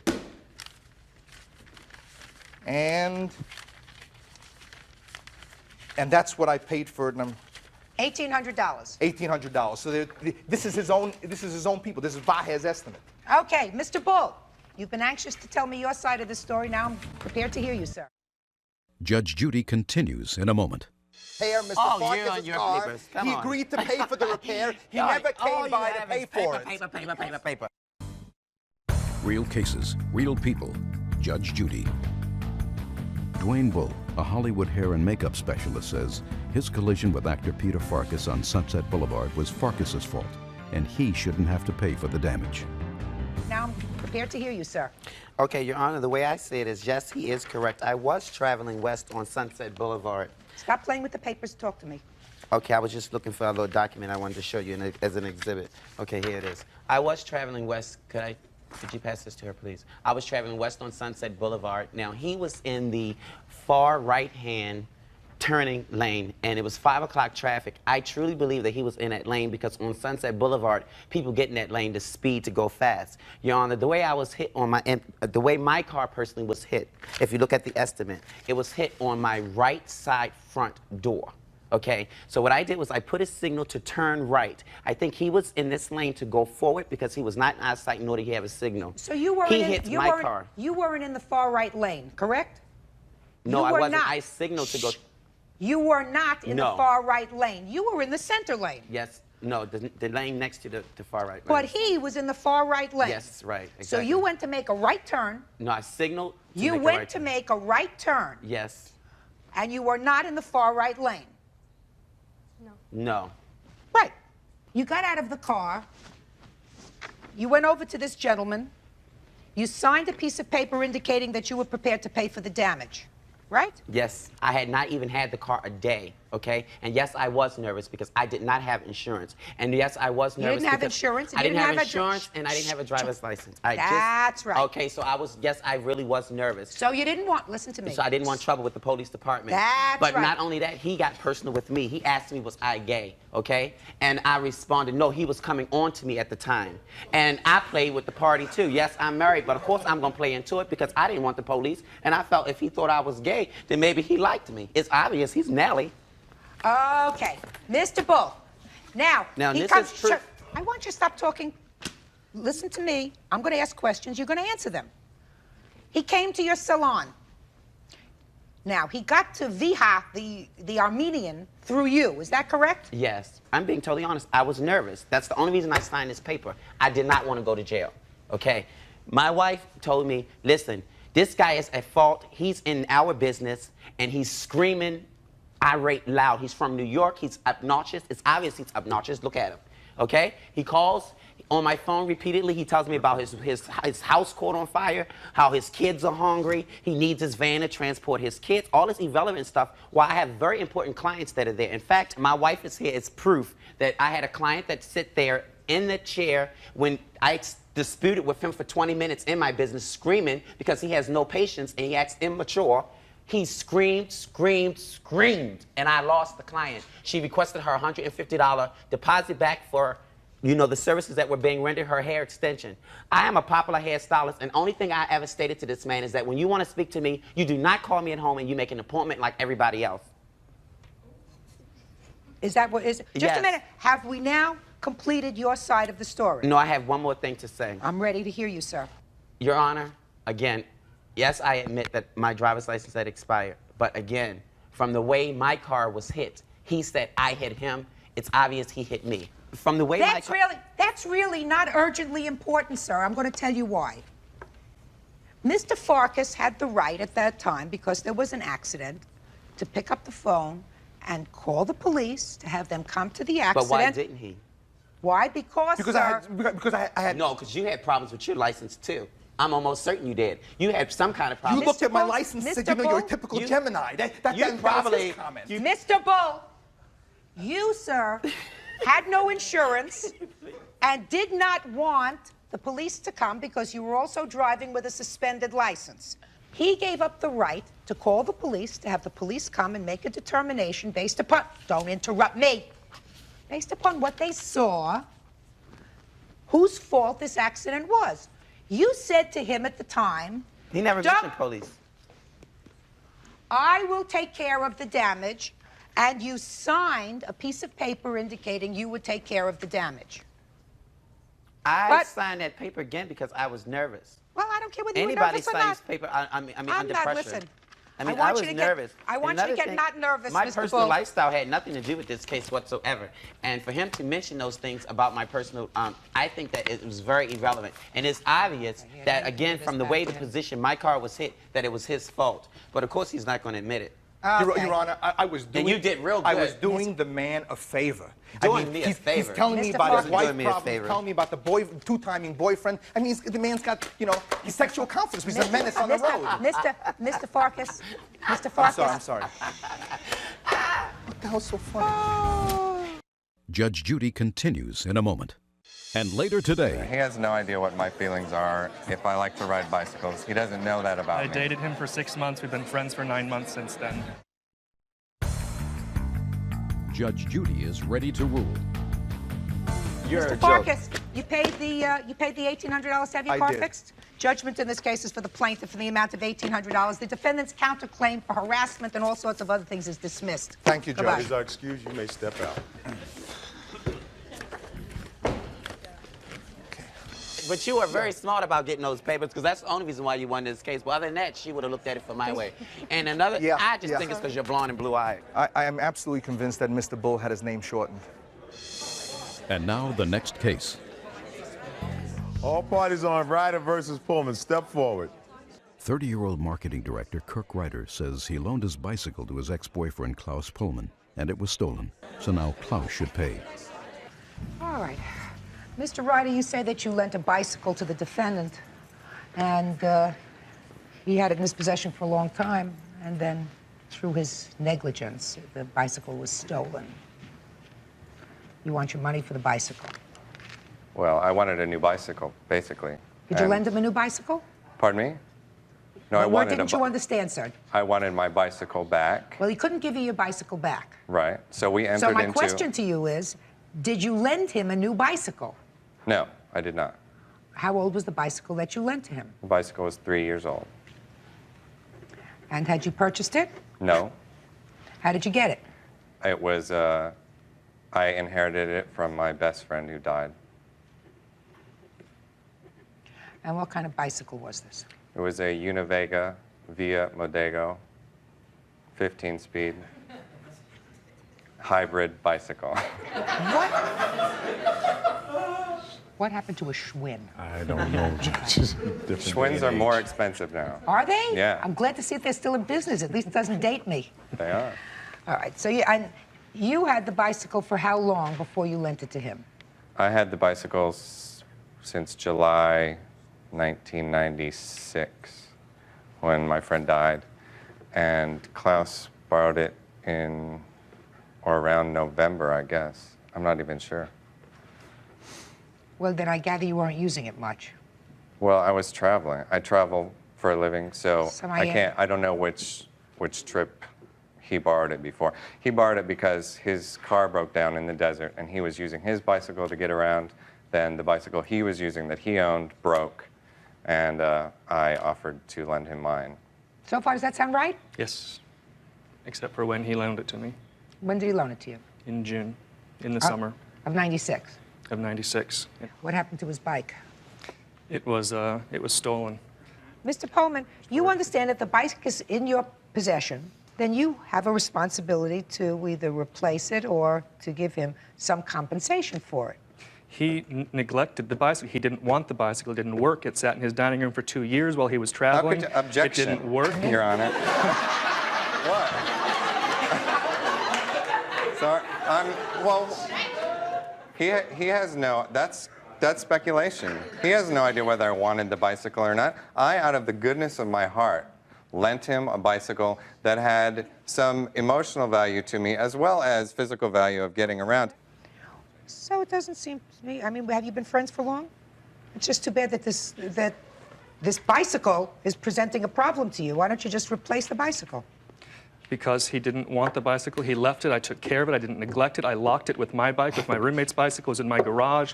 All three were stolen. He didn't want it. He liked it in my garage and not in his dining room. That's why I had it for so long. He didn't want to come get it. He wouldn't let me return it. He travels a lot, so it was his schedule that was in question. I work at home. I'm always there. He neglected the bike. He gave it to me. He didn't give it to me. He loaned it to me. Asked me to keep it for him. He loaned you the bike. I took care of it. Good. I housed it. Good. It was stolen. It's out of my control. Right. He neglected the bike a year ago. He loaned it to me a year ago this month. Your Honor. Your Yes, Honor. well. He moved 2 blocks away from my house when he Doesn't make moved any to West difference, Hollywood. Mr. Pullman. He could have returned it. Mr. And Pullman. also, wait, one more thing. I believe that he did neglect the bike because I lent him the bike with a kryptonite lock, and he did not use that lock. He used a chain which could be cut easily. Judge Judy continues in a moment. Want justice? Call 1-888-800-JUDY. Kirk Ryder says his ex-boyfriend Klaus Pullman should pay for the bicycle he borrowed because it was stolen while in his possession. The only thing that I have to decide is on a value of this bicycle because you did not purchase it. To replace it is a problem because to replace it, what you're seeking is the full replacement value of the bike, which is, you say, $399 to replace a bike of similar quality. Is that what you indicated? Which is actually less than the bike that was stolen is valued at. Well, bicycles, listen to me, sir. Bicycles are not like diamonds. They don't appreciate in value. Oh, I know that. They depreciate in value. So if it had been bought for $500, it depreciates probably 50% in the first year that somebody has it. So then you're down to $250. That's after 1 year. So you're not going to get anywhere near what this bicycle would cost new. But you have to pay something to him, sir. You accepted it into your care. That's what we call almost a bailment. Even if he was storing it at your house and you agreed to accept it for storage, right, you have a certain responsibility towards it. You said something about this lock. It's a standard bicycle kryptonite lock. He loaned it to me with the bicycle, but he didn't loan me the key. So what'd you do with his lock? The lock is with the bicycle. It stayed with the bicycle. It has a holder for it. Okay. Which I couldn't get off without a key. A tire pump and also a water bottle and cage. All accessories to the bike, which added to the value. Mr. Ryder, stop getting so excited. It's a bicycle. It's a bicycle that you didn't ride and you didn't miss for a year. I did ride, Your Honor. You're irritating me. Listen to me. From the time you lent it to him until March of this year, according to your own statement, you really did not make a request for this bike. I made one request. Wait, so evidently No, it wasn't I made two. Evidently it wasn't something that was right at the forefront, the signpost on your face. You know, it was Well, just I didn't write it because it wasn't in my possession. I had loaned it to a friend. That's why I was not riding the bicycle. And your friend is going to give you $150 that you can use towards purchasing a new bike. Judgment for the plaintiff in the amount of $150. That's all. Thank you, Your Honor. You may step out.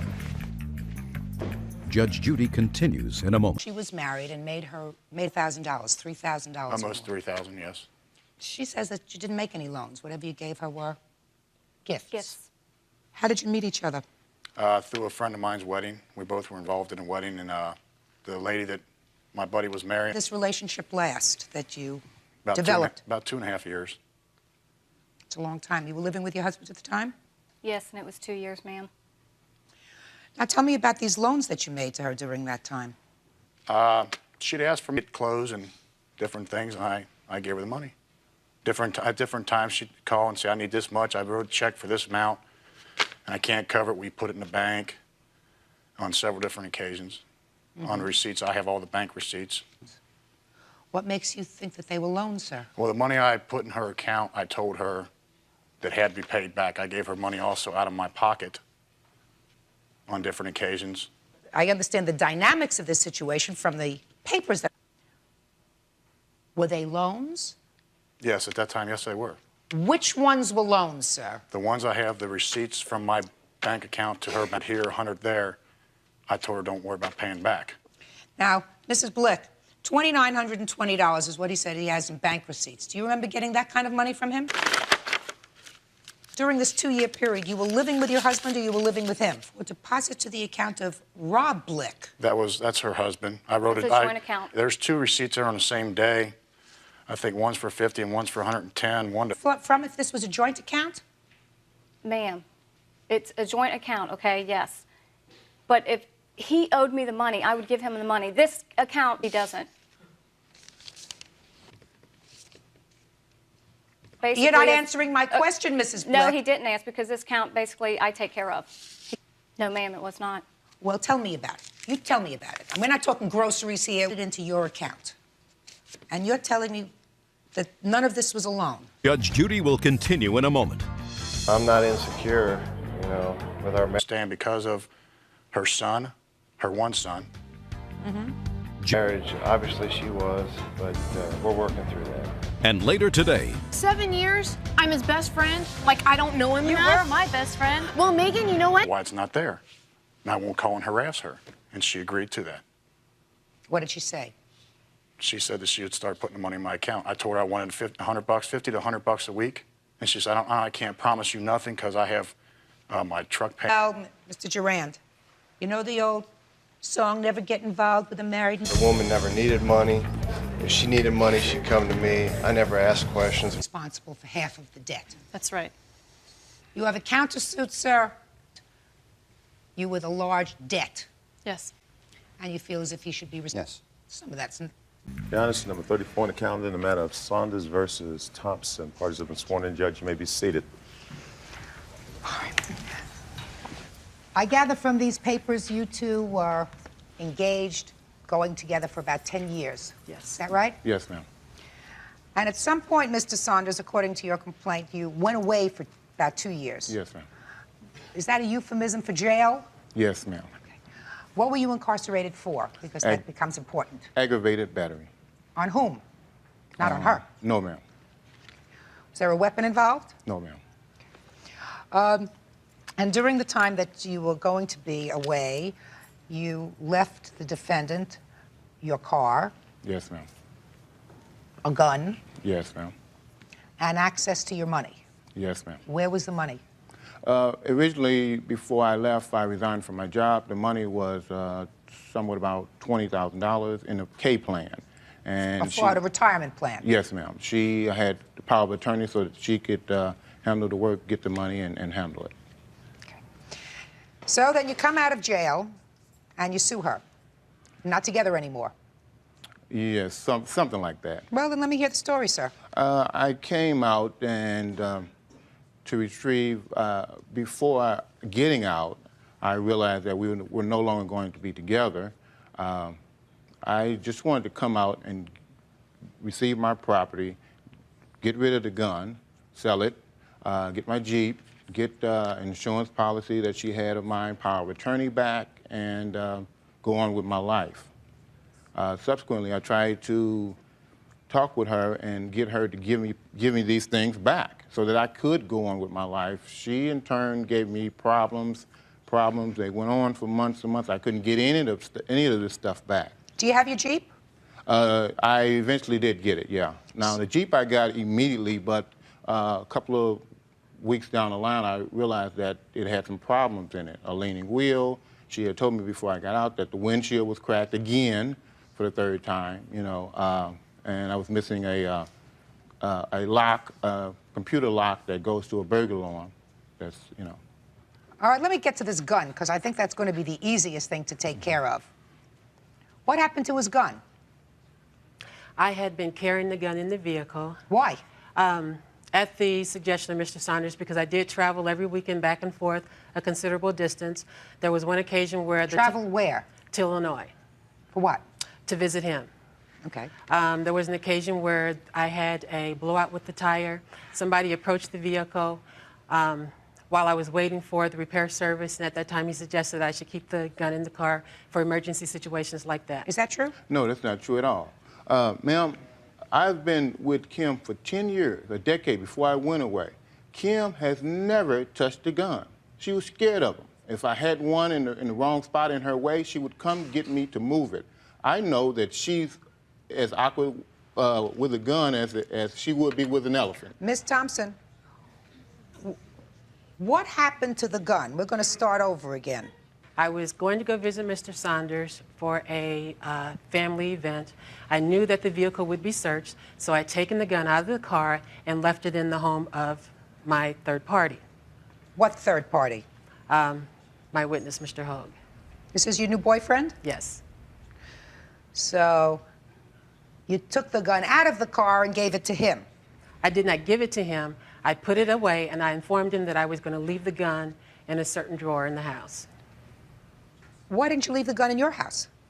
Because when I was on my way to visit him, I was at Mr. Hogue's house at the time, and I remembered, that gun is out there, I need to get it out. So I just came from the Jeep, put it in the house, and I informed him I'm going to leave this here while I go visit. So on your way to visit him, you stopped at his house? Right.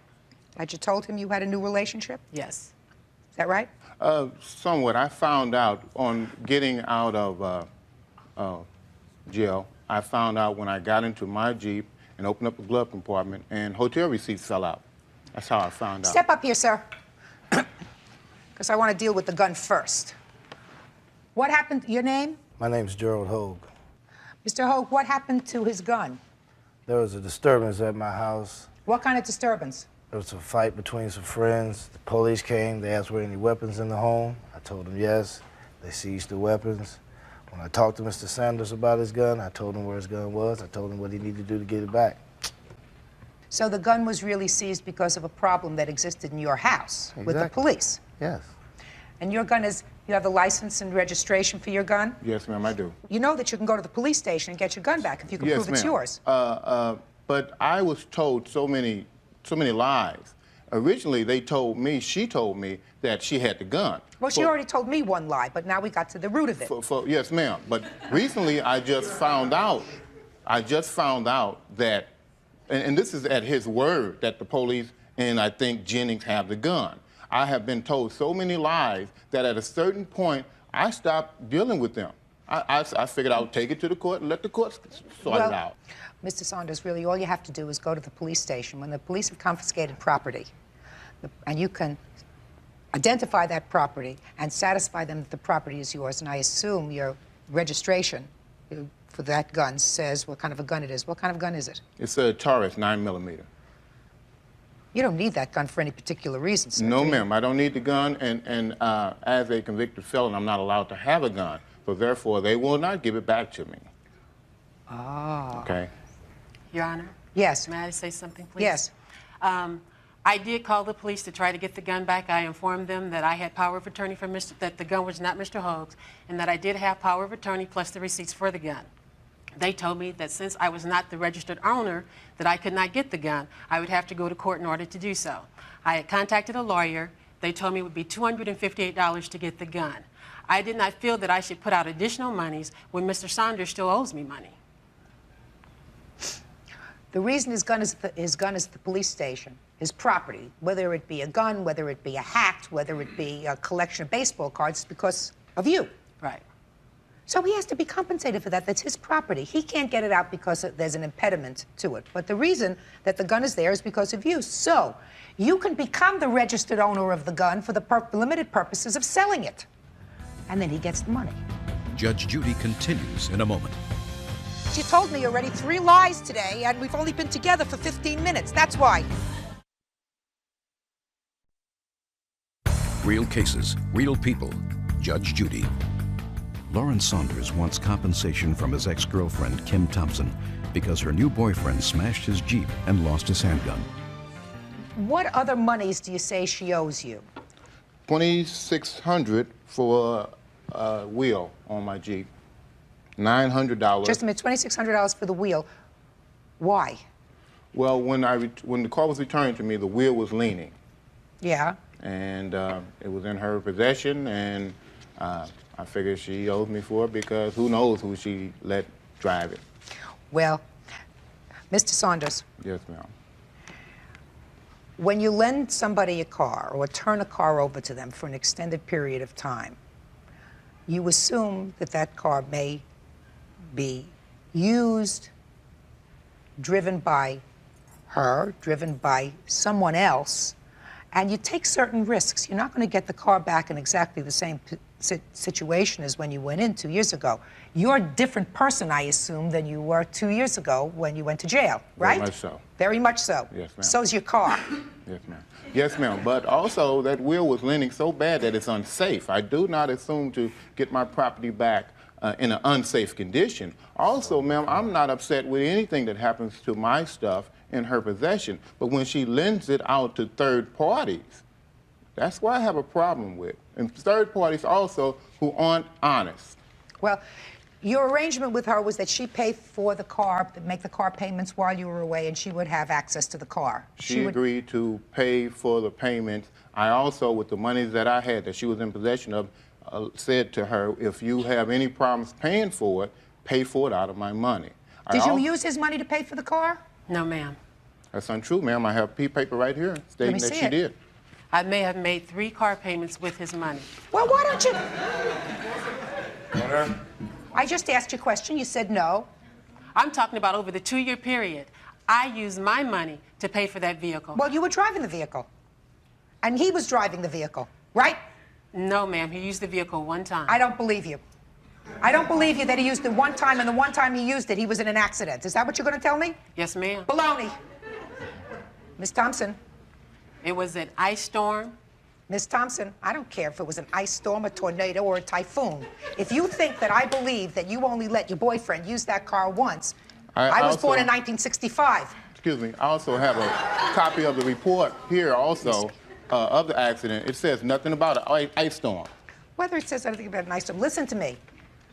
She used the car, and it was your agreement that she would pay for the car. Yes, ma'am. Once she was using it. Yes, ma'am. Because you didn't have a car at the time that was Yes, I did usable. have a car. Then why would you use his car? Your Honor, in the very beginning, I only drove I did not drive his car. He asked me to drive it because the alarm vehicle was on there. He was afraid it was going to drain the battery if it just sat there.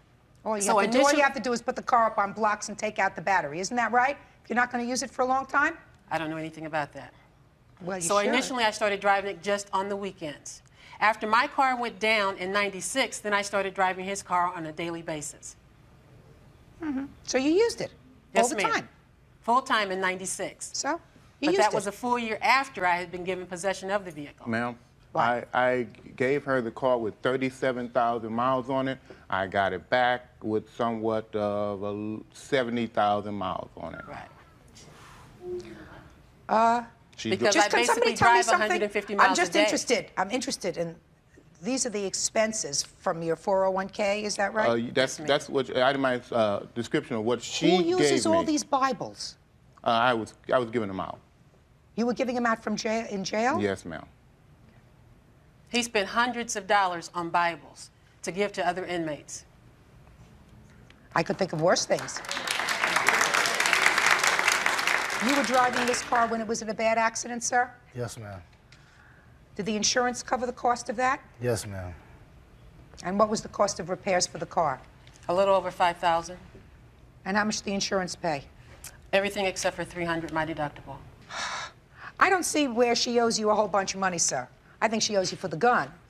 Well, I don't think she owes you for the car, and I'm going to get to her countersuit in a minute. Car's a problem. You let somebody have a car, and that's what happens. I think that the 3 car payments that you took out of your 401k, if she was using the car, she has to pay you back for. If she's treating this car as her own, she's driving it, she's letting her boyfriend drive it, it doesn't seem to me that you got to pay for it. Yes, That just ma'am. sounds fair. Your Honor? Okay, yes. The payments that I made with his money was during the time that I was not driving the vehicle on a daily basis, only on the weekends to go visit him. So I don't see where I should be responsible for that full payment. Why don't you drive your own car to go visit him?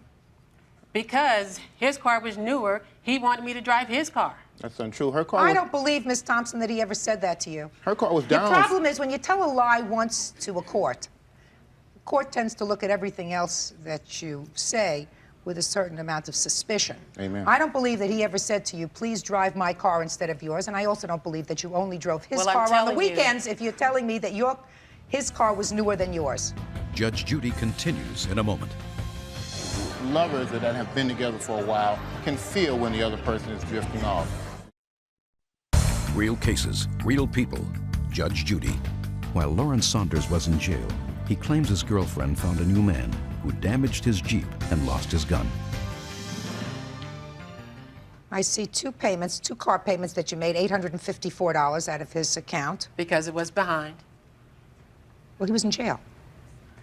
Your Honor, Mr. Saunders had a habit of never paying his bills or not paying them on time. Yeah, I have no problem with what she's showing with the money, even using my money to pay for my Jeep, okay? I didn't have a problem with that. I asked her, if it would have been up to me, I would have let the vehicle go back and controlled my money until I got back.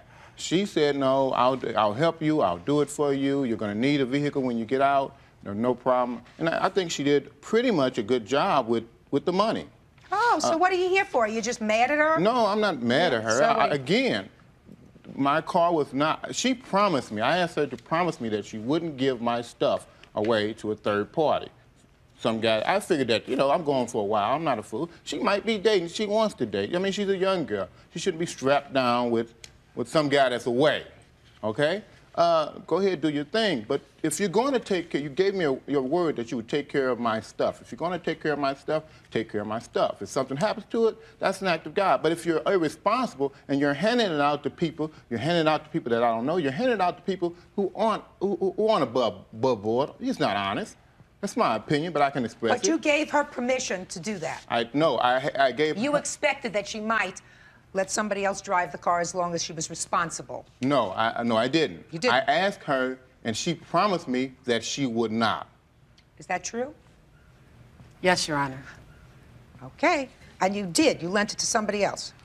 I lent it to my family members to move some furniture, and I did loan it to Mr. Hogue.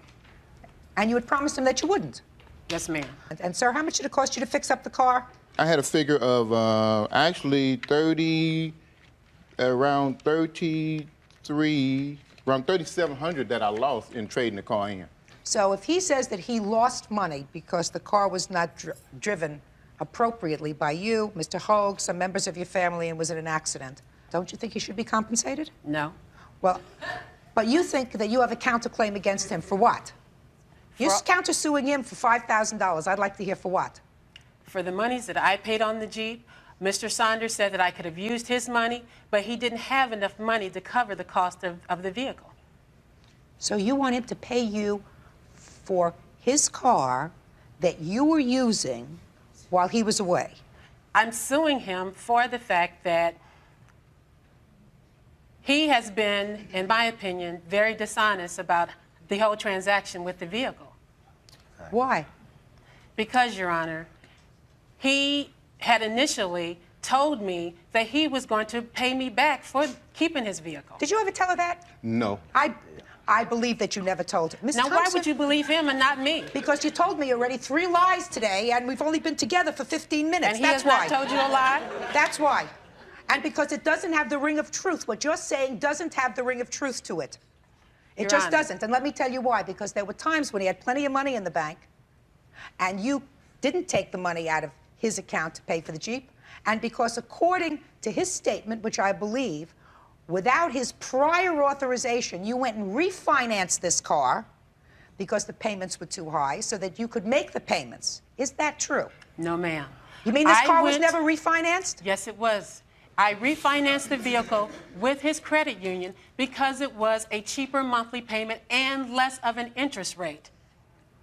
For you to pay. And then you made the payments. And eventually, he would have had to have paid with no job.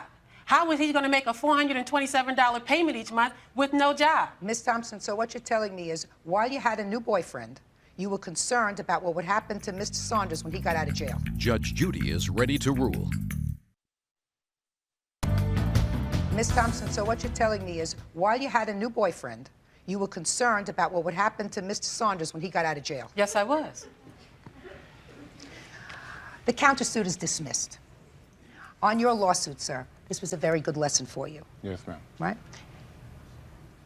I wouldn't give my closest relative power of attorney over my money without my having the ability to co-sign for it. Do you understand? Yes, ma'am.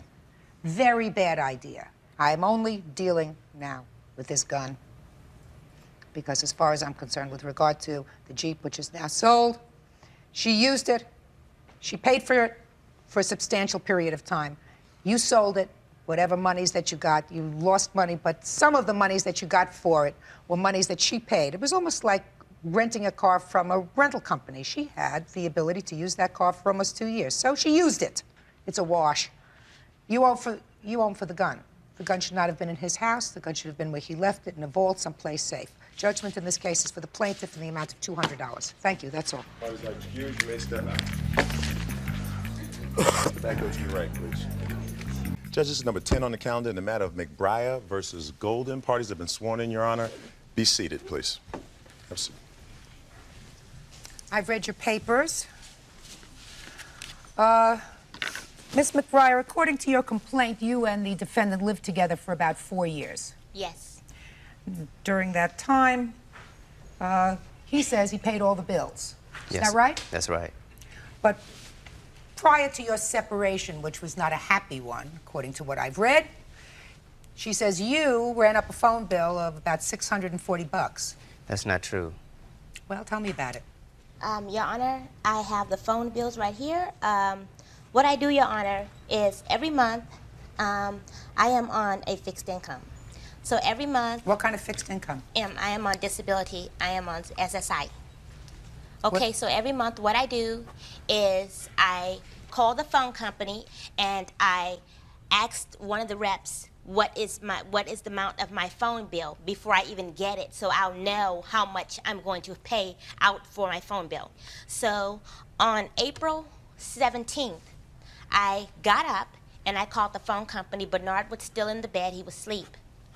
And I asked her the amount of my phone bill, and she told me it was $624.13. For 1 month? For 1 month. Yes. And so I was speechless. I was speechless, and I automatically just started sweating because I had never had a phone bill that big in my life, you know, and so I couldn't speak to her. I kind of just. So what happened? So what happened was I said, well, what made the bill $624 and you know, what made the bill this high? You know, I was actually yelling at her, you know, and so she said, well, you have quite a bit of long-distance phone calls on your bill to Virginia. Most of them are to Virginia, and you have a lot of toll calls. So she sent you a bill. You ultimately got a bill. Yes, I did get the bill. Would you get the bill? Sure. Thank you. So what happened? You got this bill. He's sleeping. He's sleeping. You woke him up, I assume. Yeah. Yes, I did. No, I'm curious. How did you wake him up? Actually, I didn't wake him up. I got off the phone with the rep, and I sat there because I didn't want to go in a rage and yell at him, like, you know, and start this big thing. That's a good idea. Okay, so he was coming out the bedroom when I was going to approach him, and it was in the hallway. And so I said, Bernard, I said, why did you run my phone bill up to $624? Did you say it in that tone? Yes, I did. Okay. And so he said, baby, I didn't know I did that. And so I said, well, you did. What was the phone bill usually on a monthly basis? Usually on a monthly basis, my phone bill runs me maybe $40, $50 at the most. Okay. Your financial arrangement with Mr. Golden was that he paid the rent on the apartment? He paid the rent and the utilities. Well, the phone is a utility. Well, the phone was not a utility. No, it was not. Because that was my phone in my name. So he paid the gas and electric and the rent. And what about the food? Who paid the food? I bought the food. Sometimes she did. Not all the time. She never bought food. She always claimed with accusations with different deals. All right, I'm just trying to get some sense of the financial arrangement. Excuse me, Your Honor. You know I bought food. Don't you sit up here and lie and tell me I did not buy food. No, I he bought didn't. food every month. Madam, Not look all at me. I'm Don't sorry. yell at him. He said that you bought some food and he bought some food. Oh. That's what he said. Okay. But he paid the rent. How much was the rent? The rent was $650. I mean $550. I'm sorry. Okay, plus the utilities. Plus utility, lights and gas. Okay, and your arrangement was whatever the overage was on this phone bill, you were Yes. supposed to pay for it. Right. Correct? Correct. All right. She says that you joined the psychic hotline. No, that's not true. Did you do that? No. Yes, he did. Yes, No. he did, Your Honor. Order. Excuse me, Your Honor. Yeah. Yes, he did. I have proof that he joined the psychic hotline. Let me see it. No, I did not. Did you call the psychic hotline? No, I did not. I Yes, don't know he did. anything You about never it. Never did. Matter of fact, She has a that's- block on her phone for 900 numbers. She has a block on her Yes, telephone now- yes. for all the calls that you can't All right. call long distance Did you at ever all. see this phone bill, Mr. Golden? No, Well, Your we're Honor. going to show it to you. I was curious, Ms. McBriar, about something else that I read in your complaint. Because you said during that morning when you confronted him, look at me, madam. Yes. During that morning, you said because you feared what he might do, you called the police on him. Well, I called the police on him because, see, Bernard has threatened to kill me. He has threatened to kill me. He has done a lot of things. He has a domestic violence record already. And he does not like police. He told me if I ever called the police on him again that he would kill me. Had he done anything to you before you called the police that day? That day he hadn't done anything to me, no. But you were afraid once you confronted him with the Yes, phone bill, I was afraid for my life. Could I finish? Yes, you can't talk over each other. I'm sorry, Your Honor, but Okay. I'm upset. I'm very upset. All right. He said, so you called the police came, you left? I wasn't home when the police came. I wasn't up there at all. Had you known that she called the police? I didn't know who she was calling on. I know she was, she just said, I'm pressing charges, as far as I know, when I was leaving the house. What were you pressing charges for? No, excuse me, Your Honor. You know what? He's lying, okay? He's lying. About what? Okay, when I called the police, they asked me, like they always do when I call the police, they asked me what was he wearing. When I was describing to them what he was wearing, he took off on his bike out the side gate. Okay. So I wouldn't describe what he was wearing. That's not true. I was leaving anyway to make a phone call because I didn't want to use her telephone because she was already furious of me about the bill. You didn't want to use my telephone. You always use my telephone. That's why it's $747 at this you very time. selfish with your phone. But yes, I'm selfish with my phone because... Ma'am. Yeah, I'm sorry. I'm sorry. Judge Judy continues in a moment. He asked God to destroy me, to not talk on the phone. Miss McBriar, everybody's got a wish list. That's his wish list. Real cases, real people. Judge Judy. Tamara McBriar wants her ex-boyfriend to pay the $600 phone bill she says he left behind when they split. Miss McBriar, yes. Let me tell you what I don't understand here, okay? Yes. At the start of this case, you told me that each month you called the phone company because you're on this fixed disability income. Yes, I am, Your Honor. What's the nature of your disability? Panic attacks. And how long have you been on Since 1989. You told me that you called the phone company each month so that you could set aside an amount of money for the phone bill.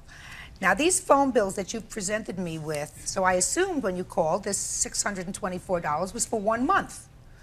But that's not true according to these phone bills. You're showing me bills for December, January, February, March, all totaling. No, Your Honor. No, Your Honor. I'm not showing Well, you. then, No, I'm not. Just a second. Then I have the bills for March, you have the which you're talking about, and the bill for March, the total bill. Trying to figure it out. I have the March bill right here. The March you didn't hand it to me. You didn't hand me the front page of the March bill. Let me see the front page of the March bill, please. That was never paid.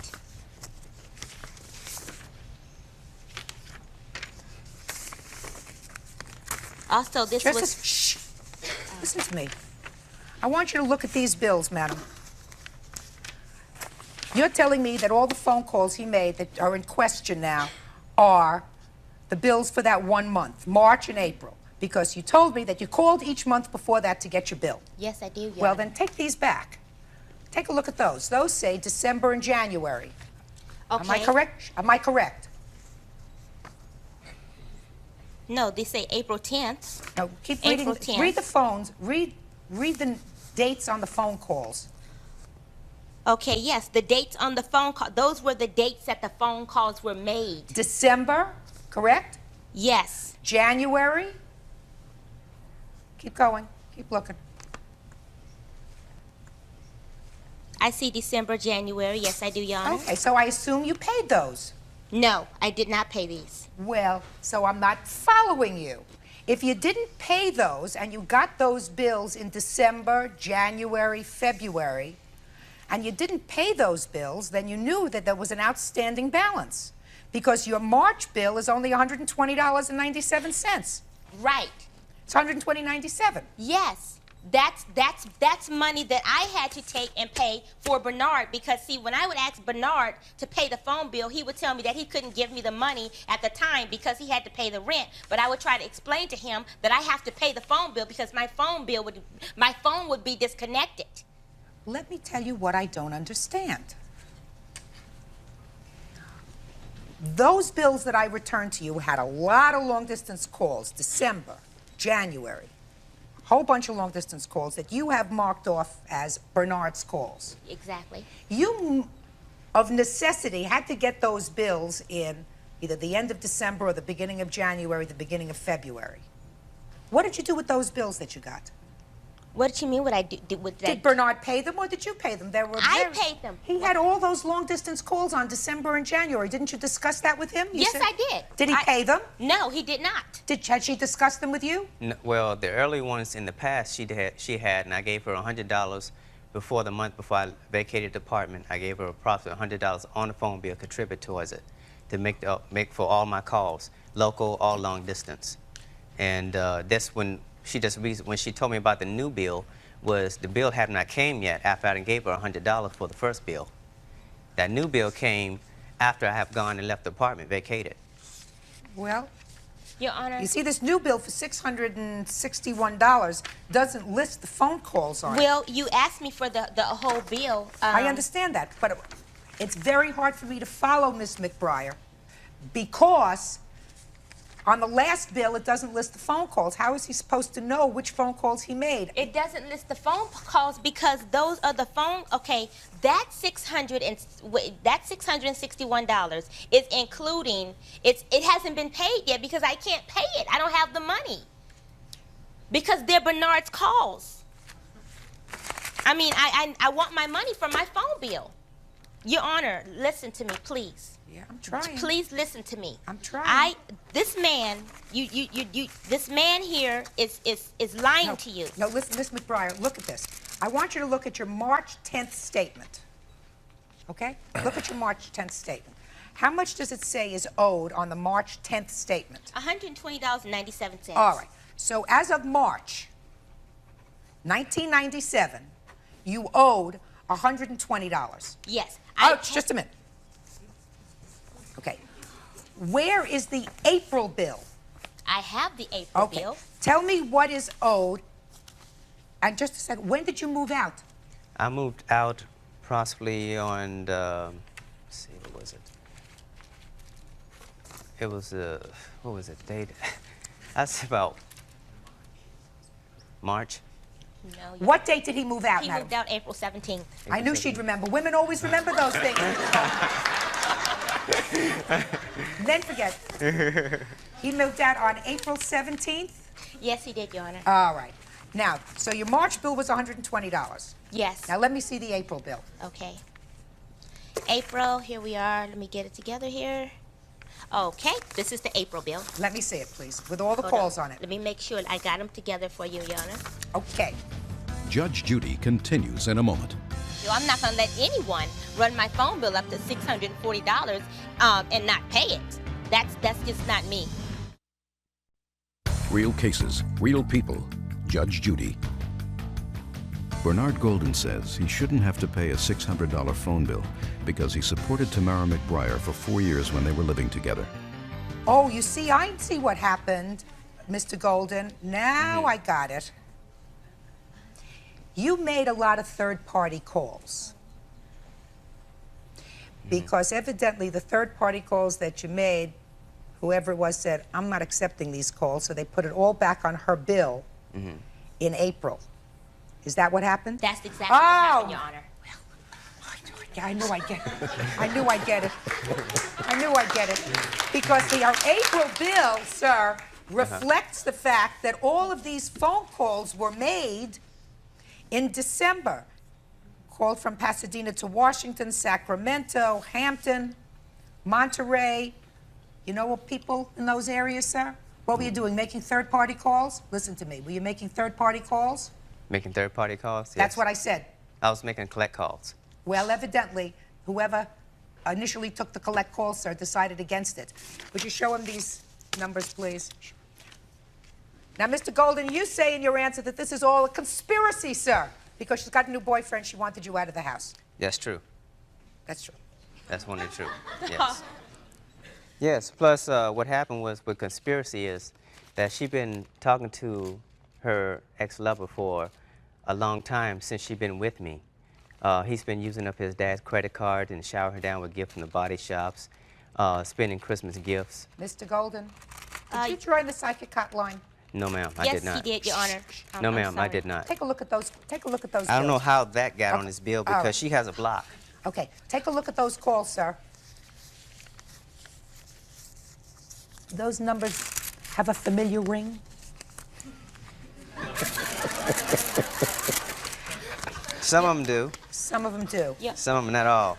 Huh? Your Honor, Not can all. I please show you some evidence? I have just one quick question for you, Mr. Golden. How do you know her phone is blocked for Because she that? told me. Because I made long-distance calls straight from the house, and she Yeah. put a block on it While you were together, while we were together. a vote of And I paid confidence for for them. you. Yes. And I paid for the All right. calls. Give me those phone calls. Now I understand what happened. Or you wanted to show me some evidence before I make a decision in this case? Yes, Your Honor, please. I'll take the bill back. Yeah. What? You really need to go over this. You need to look at this. And you really need to look at this. Got to get ready for this. You need to look at this. You need to look at this. And you really need to look at this. And you can read one of them prayers for me too, Your Honor. These are prayers, sir? There's a prayer. My special prayer. I'm praying to his Jehovah special Adonai. prayers to My whoever. father. No, it's When not she your was father. Just a second. How is this relevant to the phone bill? Just go ahead. I don't want to read them all, please. I don't have time. I've got a lot of other work to do They're today. relevant to the phone bill because he asked God to destroy me, to not talk on the phone, and get rid of my girlfriends and destroy me, rebuke me. That's because Listen to me, Miss McBride. Everybody's got a wish list. That's his wish list. Oh, my God. Well, his wish list is terrible. His wish list is What terrible. is this? What is it's this? terrible. Look at that. Look at where he's from. Look at That's that. my birth certificate. Yeah. Oh my goodness, I didn't even know she Oh, had that. yeah. Oh, yeah. Because that's where you call. That's where you call. Oh, you mean you're just showing this to me to Yes. show that he calls Virginia? Yes. He doesn't deny that he made all those calls. He can't look me straight in the eye, square in the eye, and tell me that he didn't make those calls. He did make the calls. Look at that. He said he cut. Look at that. That was me. That was me. That was me. He cut my face out and said he placed it under the Virgin Mary to keep us together. You know how many wedding albums I've seen with just that sort of thing done in them? We don't have a wedding album. We're not even married. Judge Judy is ready to rule. All right, listen to me. You owe her the money, sir. Do you understand? Yes, sir. You can't Yes, ma'am. leave her with this phone bill. Okay. It's unfortunate that your relationship didn't work out, but it didn't. You See, can't but- make all these phone calls. They didn't come to her See, you- until after you had vacated the premises. See, Your Honor, Yes. I don't think it's fair for me to pay the bill because the reason why I said this because I supported her for 4 years. Plus, she's when she was not on disability, she was not taking her medication. I was the one who had to be there by her bedside, take her to the hospital when she had a panic attack from a chemical imbalance. Excuse me, Your Listen Honor. to me, Mr. Golden. Your arrangement was that you paid your long-distance phone bills while you were living there. Is that right? True. That was your arrangement? Yes. Because you moved out doesn't mean that arrangement ceases. You have to pay her the money. Judgment in this case is for the plaintiff in the amount of $640. Thank you. Parties are excused. You may step out, please. And on the next. Judge, this is number 84 on the calendar in the matter of Heron versus Brown. Parties have been sworn in. You may be seated. This is a sad case. Sit down. Pay attention to me, sir. Yes, sir. Mr. Heron, this is your daughter, I assume. Yes, Your Honor. You are suing the defendant, who is the mother of this young man, I assume. Yes, I am. Because you say that her son made your daughter pregnant. She had a miscarriage. Your medical bills for the miscarriage were almost $2,000, and you want her to pay half. Is that what this lawsuit is about? Yes, ma'am. I'd like you to step up here. You too. When did your daughter tell you she was pregnant? The date was. What was the date? Don't. September, I believe. It was around the end of September. That's when I learned of it. Were you dating? Yes. Ms. Brown. Yes. I know what the lawsuit is with regard to Mr. Heron. I'd like to hear from you as to why you don't believe you should be responsible for half of these medical bills. Your son is how old, 16? 16, yes. First of all, I don't believe that I'm responsible for half these medical bills because there was never a paternity test to prove that Dontrell was a father. Plus, all the stress that her dad put on her after he found out she was pregnant. I think it was about the latter part of August, I got a call from Mr. Heron telling me that Denise had got caught shoplifting a home pregnancy test, and he was really upset, and telling me that he had been nice to Dontrell, and Dontrell had took advantage, and when I told him, well, it wasn't all Dontrell's fault. And then he tells me, well, yeah, she's the one that came to your house like a common and laid up with them. And so then the next thing I know, she's crying, saying that he had beat her. Who beat her? Her father, because he wasn't gonna let her have a, can I say the word?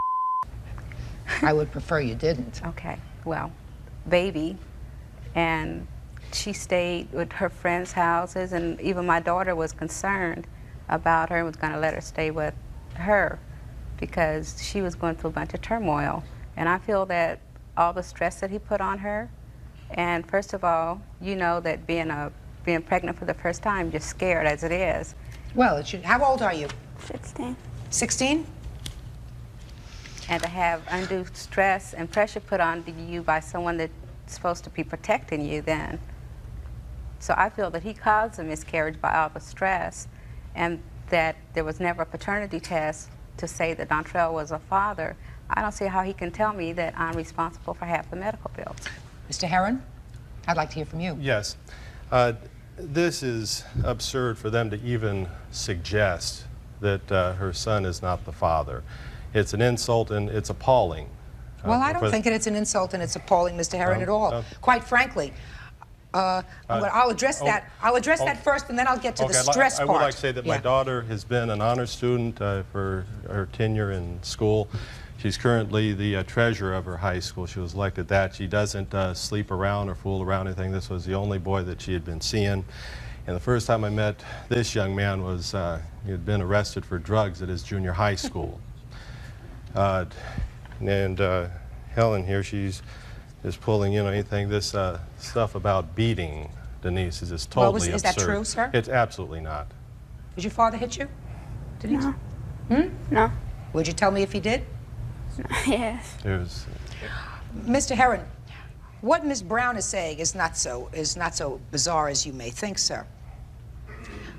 Two 16-year-olds having sex unprotected, whether it was with him or with anybody else, is stupid. Two 16-year-olds having sex is stupid. Two 16-year-olds having unprotected sex is more stupid, or as my grandson would say, stupider. So, while I'm certain that Dontrell would probably stand up here and proclaim from the rooftops that this was his baby, is that right? Yes. Well, even after the miscarriage, they stopped by the house. She even offered to help Denise raise the child. You know. His mother is a little more practical. His mother says, I'm not sure, because 16-year-old with all that testosterone flowing says, yes, the baby is mine. His mother says, how can you be sure? Well, it's the only thing she has for her defense. This is her defense in chief, and it's all she's got. Well, Mr. Herron, it's a very good defense, sir. Well, when I asked her to, you didn't offer, you know, a dime, and she knows deep in her heart. She professes to be a Christian and to come to this court and even suggest that he's not the father. That's not what she's suggesting, sir. She's not suggesting that he's not the father. But there's a possibility that... What she's saying is, under the law, in this jurisdiction and in every other jurisdiction, when you have a child out of wedlock, there is no presumption as who the father is. And in order to determine that, we now have very sophisticated testing to determine parentage of children. You know about those tests. They have blood tests, they have DNA tests, and they can prove within 100% who's the father of that child. What Ms. Herron is saying is, under the law,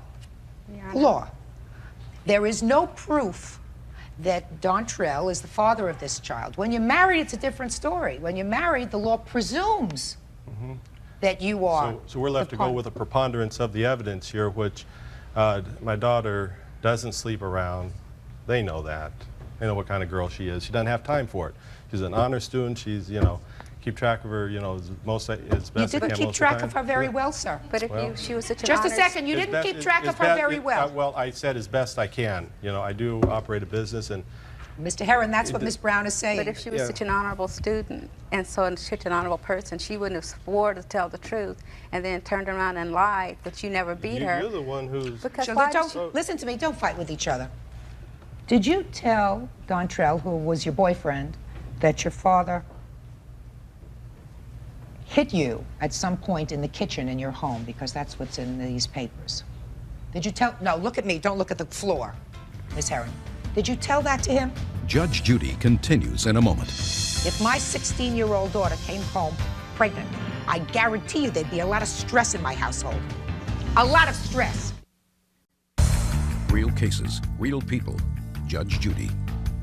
The father of 16-year-old Denise Herron wants Helen Brown to pay the medical cost for Denise's miscarriage because he says Helen's son, Dontrell, was the father. Did you tell Dontrell, who was your boyfriend, that your father hit you? Yes. Hmm? Yes, I was upset. So you told that to Dontrell, that your father hit you. What did you tell him about your father hitting you? What do you mean, what did I tell? I want you to tell me what you told him. I said that he was yelling and got mad at me and started hitting on me. Where did he hit you? Hmm? Where did he hit you? He didn't. I just told him that I was upset. Well, why would you tell him that? Because I was scared he was going to. So what you did was you told Dontrell a lie. Is that right? Hmm? Yes. Do you understand, Mr. Herron? Yeah, I understand that I'm out $2,000 in medical bills for an instance that I'm not responsible for. And listen, you are responsible for it. You are responsible for it because this is your daughter. Yeah, I can't watch all the time just saying that she can't watch her son, but nonetheless, we're responsible for our minor's actions. Absolutely now, right, I'm willing sir. to accept the risk, but why should the burden of this whole thing be placed on me? Mr. Herron, if your daughter had not had this miscarriage, and if she had had a child, and if there was a paternity test, if there was a paternity test, and if it was established that this young man was the father of the child, he would be responsible for the support of that child, along with your daughter, until the child reached age 21. Right now, what Miss Brown is saying is that while she believes probably that Dontrell is the father of this child, she's not certain. And she's not certain because of the miscarriage, there is no opportunity to conduct blood tests. And they are not married, so the law does not presume her son is the father of this child. So she doesn't feel as if she should be responsible. And in the law, Well, she's certain. She knows. It's How does she know? Listen, the only way you can be certain is if you were there. That's true. She knows, though she's not admitting to it. You know, she knows. If you ask her in her heart if she feels that there could be anybody other than her son, what would you say, Helen? Does Denise What's sleep in my around? heart? I don't know what Your heart- Denise does. I Miss don't Brown, watch tell the Denise. court what you think. I don't watch Denise 24 hours a day, but up until this You certainly point, don't watch him 24 hours. may I speak, please? I really, like I said, when all of this happened, Denise came to me and I opened up my home and I was there for her. And I really had hoped that she would be lady enough to tell the truth here. But if she can stand here and lie and say that he never hit her and he didn't put her out, why should I believe that it was my son's baby? Because it's so easy for her to tell one lie, she could have told another lie. Well, what she's already done is she's acknowledged here, after some prodding, that she did, in fact, she says, lie to your son about her father beating her. Now, whether her father beat her or not is really not the issue, but it is an indication that your daughter is able to lie, sir, because she says she lied to him. You understand that? And I understand where you're coming from. You say, listen, there should be two people's responsibility. I absolutely agree with you, Mr. Quite Herron. a bit of lying going on. It seems as if Mr. Trell here would be following in his father's footsteps, who I guess is... What does his father have to do with Mr. Herron, don't bring... I would suggest, sir, that you not bring other matters into this case which really bear no relevance to it. Dontrell, I'm going to tell you this. You believe that you were the father of this child? Yes. Then you pay back Mr. Herron. Do you understand? Yes. Then you, sir, have a moral, if not a legal obligation, to do that. Now, you go to school? Yes. Do you work? Yes. What do you work at? At a senior citizens home. How much do you get paid? $5 an hour. And what do you do with that money?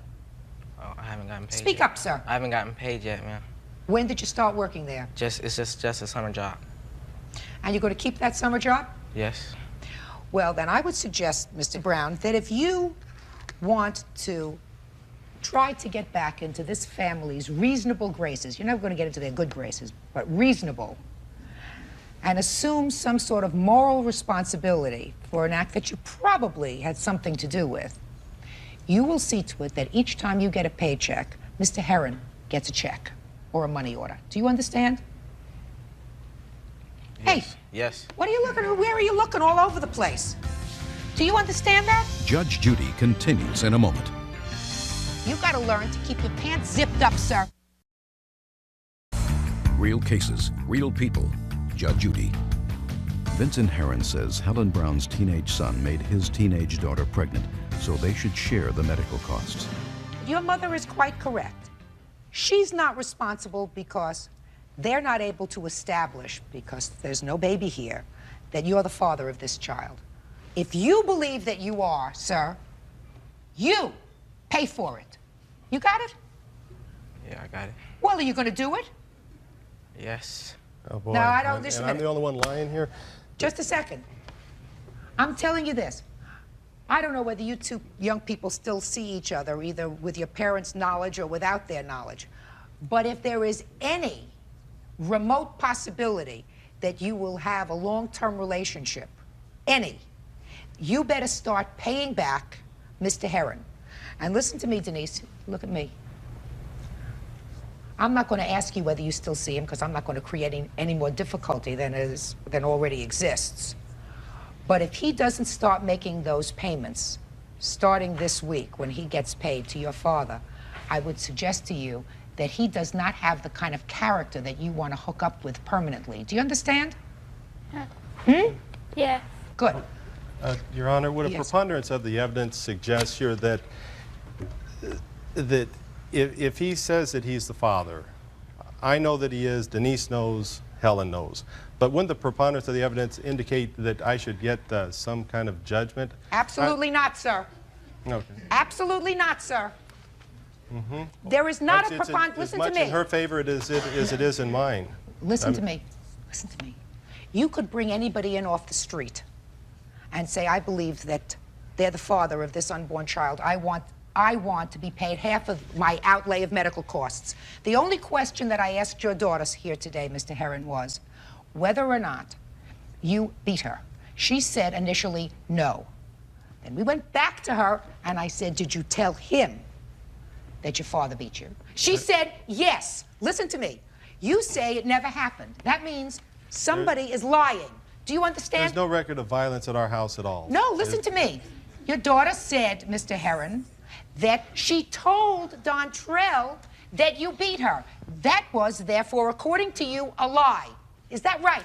What does that have to do with the responsibility of the medical bills here? This is what I'm suing for. Mr. Heron, you wanted, in order for you to establish to my satisfaction by a preponderance of the evidence, sir, that this unborn child was his child, I would have to believe... He said, I said it, she no, said it. She's the I one would have to believe your daughter. In a situation where the law in this jurisdiction does not hold any presumption of paternity, I am not prepared to do that. The only thing I am prepared to do is to make a moral judgment that if this young man believes that he is the father of this child, then he has the moral responsibility at age 16 to defray some of the medical costs. But his mother does not have that responsibility because she is entitled to know whether her son fathered this child before she puts her hand in her pocket. But yet I'm responsible for my minor. She's not responsible for hers, you know. No, sir, unfortunately, as the father of a daughter, that's true. That's true. It seems somewhat inequitable. That's what they have paternity tests for, sir. Judge Judy is ready to rule. Could I suggest this without the paternity test to indicate that it's 1 in a million chance? Is there a possibility to get part of the judgment? I mean, instead of saying that I'm wrong totally, I mean... No, Mr. Heron, I just told you he's supposed to pay the whole $900 because that's half of your medical bills, $900 and some odd dollars. What is it? With me saying that I think the baby is mine, but would it matter the cause of the miscarriage? 'Cause, like, No. No. Doesn't matter the cause of the miscarriage, sir. That's what you put in your answer. You say because her father placed her under a great deal of stress. No. Listen to me. I'm going to get on his case, so I want you to be quiet. What you're saying is because her father placed her under a great deal of stress, that caused the miscarriage. And therefore, you shouldn't be responsible. I want to tell you something.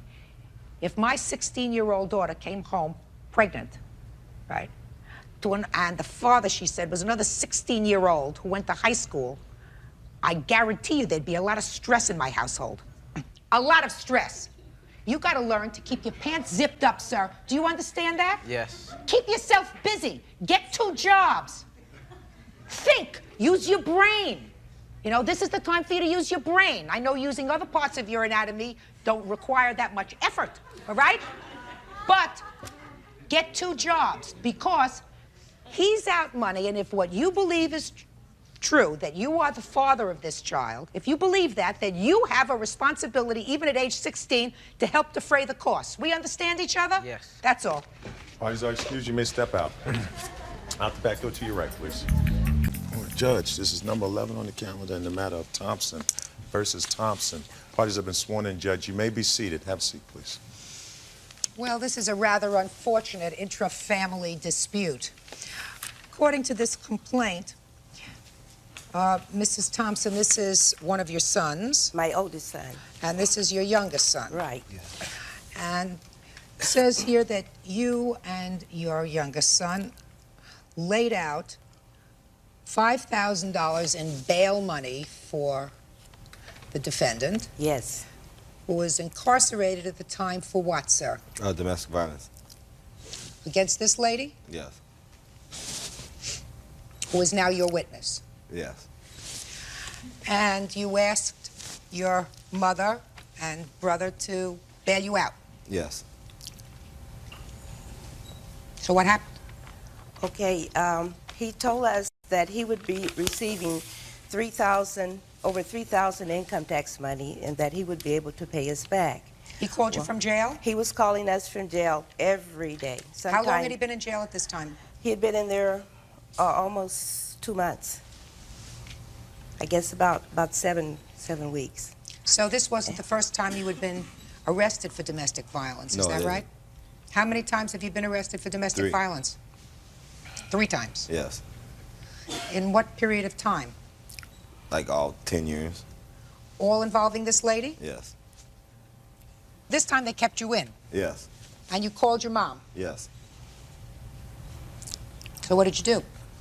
Okay, he was calling me twice a day, and then he was wanting to speak to Stacy, his lady. He wanted to speak to her and the children, and I was allowing because they didn't have a phone. So it ran my bill up to over $400. I'm sorry, it ran it up to $442 in telephone collect calls. From jail? And yes, from jail. So she came over and she told... How close do you live to her? Across the street. Across the street and maybe 2 buildings down. And he was asking about bailing him out because she was saying that they weren't getting along. I mean, that she was not going to be with him when he came out. And Stop playing with the paper, sir. Put them down. And she mentioned another man that she was seeing. And so I mentioned it to Derek, and he felt that he had to, he wanted to be out. He didn't want me to say anything about what was going on over there. In the meantime, she also brought over, they've been together for 6 years living, and she brought over 3 big plastic bags of clothing of his. And she said because when he came out, she didn't want him back there. And well, so far that sounds smart, but I have a sense that changed. Yes. So in the meantime, he was calling to ask us if we would bail him out. So you did? Who put up the money? My son Daryl put up $2,000. He moved in with me rather than find another place to let his brother have the $2,000 that he was borrowing. And the $3,000 balance, I had to put a lien on my home to put up to make the full amount of the $5,000. What did you do with the $5,000? Tell me physically, what did you do with it once you had it? We bailed Derek out. How did you do that? We used the bail bondsman. We used the bail bondsman. And the bail bondsman wanted the whole $5,000. No, he wanted $2,000 at first, which I had paid up cash, and $3,000 later deferred in payments, which he was supposed to make arrangements to pay back. And I had to put the lien in my home. And she put her home up also As collateral? Yes, yes. Was that domestic violence matter finally resolved? No, it is not. Well, you know, you get that money back as long as he shows up in court, No, less you a don't fee. get, you don't get the 10% back. We're talking about just the 10%. Yes, you don't get the 10% back. Bond, we have it right here in his paper. bail was $50,000. Yeah, it was and we had to put $5,000 there. The $5,000 we don't get Your back. bail was $50,000? Yes. Let me see the papers. This must have been some domestic violence. They don't give murderers $50,000 He had another bail. charge also. What? Child molestation or whatever. Yes. It's fighting. And then we did bail him out for that. He is out on bail. Which child? I don't know. One of I'm his not sure children? about it. No, I don't know. no. I don't know about it.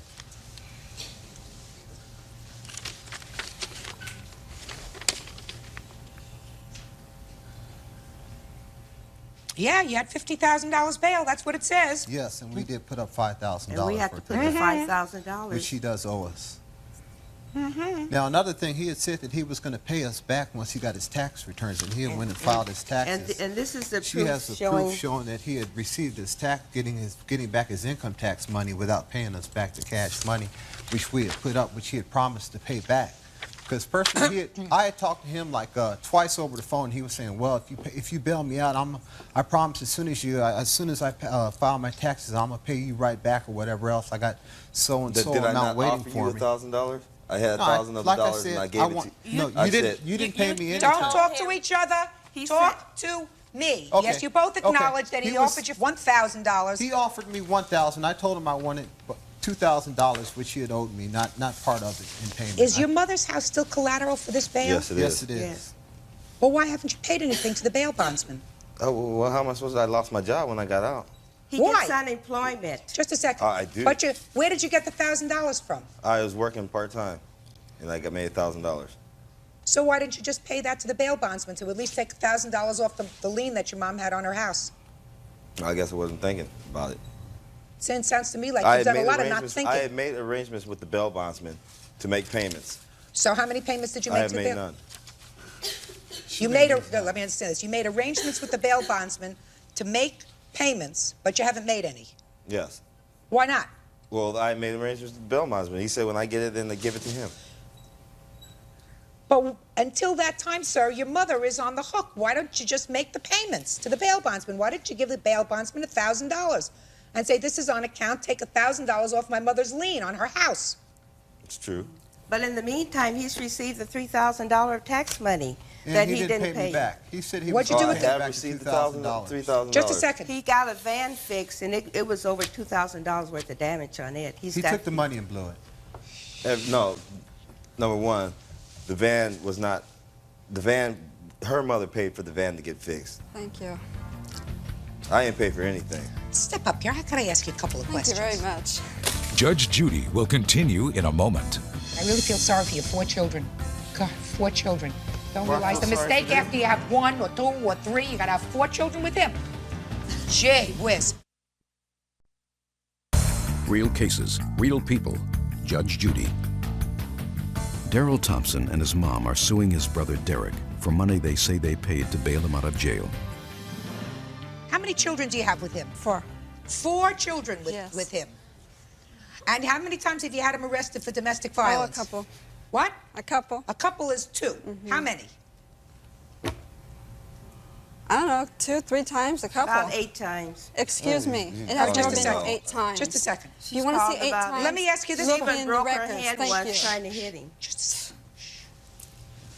This is why we were splitting up, because of our problems. So I took my stuff over to his mother's house because that's where he was going to be staying. As far as me having another man, that's none of their business. Just a second. What my problem is, based upon the answer to their complaint and your counterclaim, because you say there was an argument, you came over to get your money, and you say she hit you in the face. Yes. That suggests to me that you took him back when he got out of jail. No. Yes, you I did. did. Excuse me. Shh. Go ahead.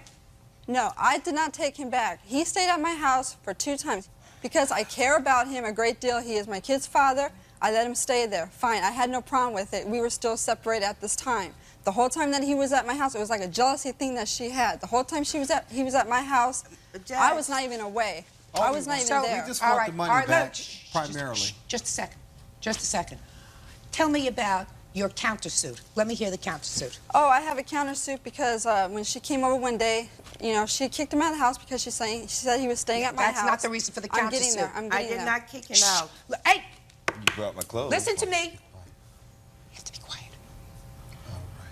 Well, she had, at this point, she had told her dad that I had supposedly disrespected her when he brought the clothes over. I'm getting to the part, thank you. Just get to it fast. You're standing okay, out on the front she came over lawn. to my house and accused me of not letting him see the kids. Well, he was at my house seeing the kids. So I went downstairs to confront her about it, and I told her, I said, you know, I'm tired of these lies. If you don't like it, get off my property, leave. That's when she swung at me. And where did she hit you? She hit me right here in my left cheek. And she also wrote this letter. Just a second. When she hit you in your left cheek, did you go to the doctor? No, I went to the police though because I figured I was going to. Did you go to the doctor? No, there was no need to. But you're suing her for $2,000. What are you suing her for $2,000 for? Emotional distress. What happened? All right. Just that, you know, that she did it in front of her grandchildren, my children, other neighborhood kids. And also I have this letter here saying that she has my Social Security number, my checking account number, and she's going to do harm to us because the money was not paid. I have no part of this. Why she got my Social Security number? Why is she going to do this? Can you look at this, please? And this then isn't stating her how much handwriting? I was supposed to pay, too. Yes, it's her handwriting. She wrote down how much I was supposed to pay back. Yeah, it went from her money went from $500 to $3,000. The $500 is what he promised that he would pay back on my telephone bill, plus money that he owed on rings that I let them use my Zelle credit card to buy. Just a second. Stop. I can't read and listen to you at the same time. I'm sorry. This is a very straightforward letter. It says, Derek and Stacy, that's you two. Yes. Your tax refund was sent directly to Stacy's checking account with the checking account number, and it was mailed on March 21st. I don't have a checking account. We want our $2,500 today.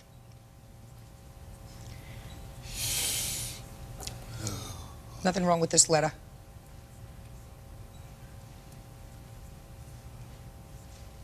Let me ask you this question.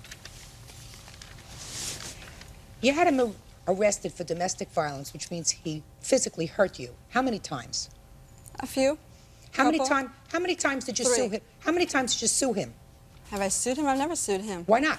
He put his hands on you. Why didn't you sue him? Because the DA automatically picks it up, and I have no. No. You can go to small claims court and sue him for assault.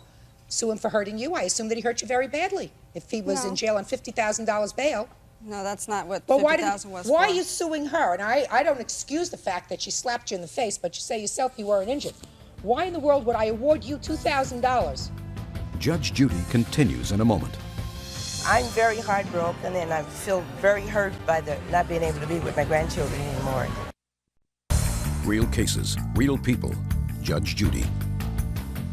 Daryl Thompson and his mom are suing his brother Derek for money they say they paid to bail him out of jail.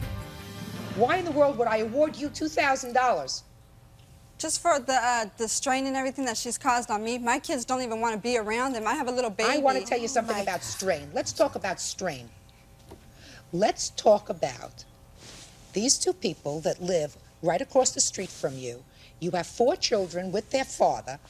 Every other Monday and Thursday, he's getting arrested for domestic violence. He's also arrested for child molestation. This prize package has $50,000 bail on him. His parents bail him out. His mother and his brother bail him out. Not you, the mother of his 4 children. They bailed him out.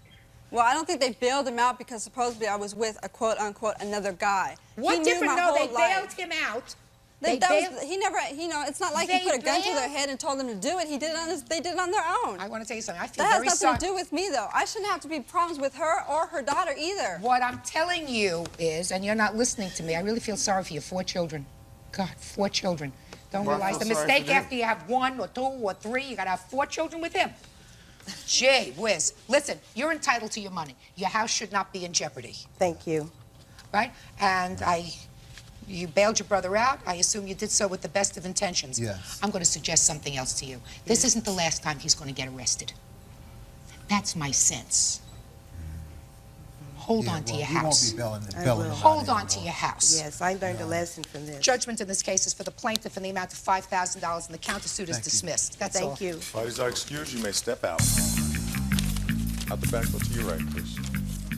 The children are welcome at my house anytime. Yeah, They're well, I don't want them over they've your house. always The way you been- treat this family. Stacey, It's okay? only a We matter- just wanted the money back. Well, good, you got your money, but you don't have to go through all this other. Oh, I his friends. Yes. Excuse me, Yes, I his friend. Yeah, you better check yourself. The family can hurt you the most. Parties on Regas versus Foster. Step forward, please. Carlos Regas, a massage therapist, loaned money to his neighbor Chris Foster to help pay his mortgage, but says he was never paid back. You lent him money to make 2 mortgage payments so he wouldn't lose his house. Is that right? That is correct. Well, why did you lend him money? Were you friends? Did you know? Friends, yeah. I've known Chris for about a year and a half. When I moved into the neighborhood, I'm renting a house like 2 doors down. And he would help us out, you know, cutting grass, helping around the garage, things like that. And so we became friends. And then, fortunately, his mother-in-law passed away, and they inherited a house. They what? They inherited the house, the Inherited house a house. she was living in, yeah. And they came to me, let me know that there was a situation that had aroused, that they found out that the house was 2 months behind in mortgage. They had a friend of the family that was going to be able to help them out. And I said, you know, if you need any help, let me know, and I'll be more than happy to help you out. Came to me a few days later saying they couldn't get hold of these people, this friend, if I would help them out. And I said, yeah, sure. You know, what do you need? Say it was 2 months behind. This is the amount we need. How much? It was $1,791.60.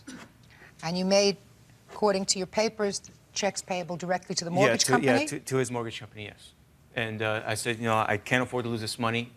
You know, so don't worry about it. I'll give it back to you within 5 days to 2 weeks, because these people will probably be back in town. I think he said they were on vacation. They'll come back in town. We'll contact them, get the money. I'll pay you back. And that was May 6, 1996. Why didn't you pay him back the money, or did you? Oh no, I haven't. And the reason why that why that transpired is because that the mortgage company is supposed to refinance on the properties so we can get the equity to pay him back immediately. What does that have to do with him? That's your problem. I understand you. I do understand you. Well, why didn't you pay him back the money? Because, as I said, it's not matter of I don't want to pay back him the money or anything like that. That wasn't a deliberate thing not to pay back. It's within all my intentions Well, how to many do so. payments? Listen, sir, Aye. Mr. Foster. Aye. How many payments? How many $50 payments did you give him in the last year? None whatsoever. How many $25 payments did you give him in the last year? None whatsoever. Well, that makes you a deadbeat. That makes you a deadbeat, sir. This man who is not related to you by blood, is that right? Yeah. Just a friend. Uh-huh. For a year. You came to him and you said, I'm in trouble. I don't want to lose this house that I just inherited. Can you help me out for a short time? Is that what you said to him? Yeah. He said, sure. Nice man. Listen, I should take your number in case I ever get into any problem. He wrote out checks. Mm. Did he ask you to sign a note? No. Did he ask you for collateral? Yes. What collateral did you give him? He suggested that we have antique furniture there within the garage. He will take them as collateral for payment or holding them until we can get the money to... Does he have the furniture now? He didn't come back and pick them up, my lady. Judge Judy is ready to rule. Let me explain something to you, sir. You have no case. None. He's 100% right. He's a very nice man. And you stiffed him. No? No. No, you... No. I'm telling you, you stiffed him. Let me ask you this question, sir. Who do you live with? My wife and my kids. How many kids? 3 kids. You feed them? Sure. They have clothes? Definitely. Where do they get the clothes from? The store. Who buys them? Myself and my wife. You feed them? Yes, I do. Where do they get the food from? The store. Where we work, we take care of it, yeah. That's right. Something, goodwill over the last year, an effort, some small effort to show this man that he wasn't taken for a fool would have gone a long way. Something to say, I can't give it back to you, something happened. But he is not a partner in your misfortune. You just made this perfect stranger a partner in your misfortune. Mr. Regis, you are entitled to your judgment. I am granting you your judgment. You're not even asking for interest. Is that right? No, ma'am. I just want to get back what I put into it. Judgment is for the plaintiff in the amount of $1,791.60. You're a good guy, sir. That's all. Thank you. Parties are excused. You may step out. And the matter of Ireland versus Sin City. Parties have been sworn in, Your Honor. You may be seated. All right. This is an action for breach of contract, as I understand it. Miss Ireland, do you say that you signed a contract with the defendant's company to appear in 6 videos or 6 movies? Excuse me. To appear in 6 videos over a 6-month period, and you did not appear in those videos, you want to be fully compensated for that That is contract. correct, Your Honor. Is that correct? For the most part, yes. That was a minimum of 6 videos that I signed for. I signed an exclusive contract with Sin City Entertainment, which kept me from making movies with any other company. And when I received no compensation for being exclusive with this company, and they put me in no movies of any kind, let alone the minimum 6 required for the contract, I have been forced to take this kind of proceedings. May I see the contract, please? Yes.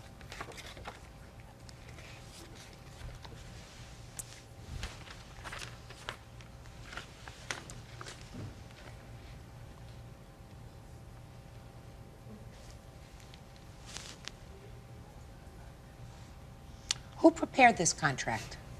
Mickey Blank's. Is that you, sir? Yes, it is. Yes, I'm sorry. His secretary, I believe. Is this your standard contract? No. Why not? well, The we reason don't- I'm asking you this, well, your name is Blanks? Blank, B-L-A-N-K, Blank. Mr. Blank? Yes. The reason I'm asking you that question is, this is the most inartfully drafted contract that I've ever read. Now, so why wasn't she given your standard contract? Okay. We don't have a standard contract. What that instrument is an agreement between an artist and our company. Well, an agreement is a contract. You can use the word contract, yes. Of course. Okay. We don't feel it's a formal contract as such. What this does, it benefits both the artist and our company by pulling our efforts together. Your Honor, if I may, I'd like to point out that there was 2 other girls that were put under contract at the same time as I, and they have identical contracts to these. This doesn't say it's an exclusive contract. In the first line where I've highlighted, I believe it does say it's an exclusive contract between Sin City and myself. Well, but that word is unclear. I mean, that is an unclear, I don't know what an exclusive legal and binding agreement. It binds me from being able to work for any other companies. That's so for basically for that 6-month minimum period, I was not allowed to Was do that any your work for other understanding, sir? companies. No, no. What was your Okay, understanding? At no point did we ever stop Kylie from working with anybody. My understanding of this agreement, okay, is as such. Sin City is a very top-of-the-line company in the adult entertainment field. We put out roughly 6 to 8 features a month. And the purpose of this contract was twofold. It benefited us and it benefited Kylie as well. Why didn't you use her services? What transpired, and if I give you a little bit more background on the situation, Kylie is an adult entertainer. She's one of the top entertainers in the industry, and she does very, very well. I'm sure the lion's share of her income is not generated by making adult videos. I'm sure that's through dance tours and all the other type of work that she does. Is that true? To an extent, yes, Your Honor, that is true. The reason he's going to tell you next that I went out on tour, and the reason that I went out on a dance tour is because they had no plans of using me in any movies and were not giving me my contracted money per month as they should have been. So I was forced to go out on tour to dance to make some income.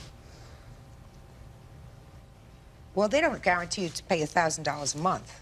They guaranteed that they would put me in one movie, which would contain at least a minimum of 1 scene, which would pay me a minimum of $1,000 per month.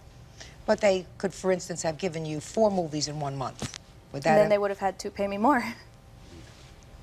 This is a very poorly written contract. Do you have a lawyer? Yes, I do. Did your lawyer read over this contract? Yes, he did. Before you signed it? Mm-hmm. Yes, he did. I'm sorry, Your Honor. Yes, he did. and advised you to sign it? He said that it was a legal and binding agreement, being not very official looking or not, it still bound me to exclusive contract work with this company, and that I should honor it if I was going to choose to enter into it. Anyway, I'm going to let you finish, and then I'm come back to you. Go ahead. Okay. Well, basically, what I'm trying to bring out is our industry is very unique to itself. Okay, Kylie I'm sure, makes the lion's share of her income, not through making videos, but through her touring and her fan clubs and all the other type of work that she does. What the video does is keep her out in front of the public, okay, and working for Sin City, which is a very prestigious company. It adds that much more credibility to who she is and what she does. Kylie is at the top of the industry and dealing with a top company. At the time, it created a bunch of hoopla.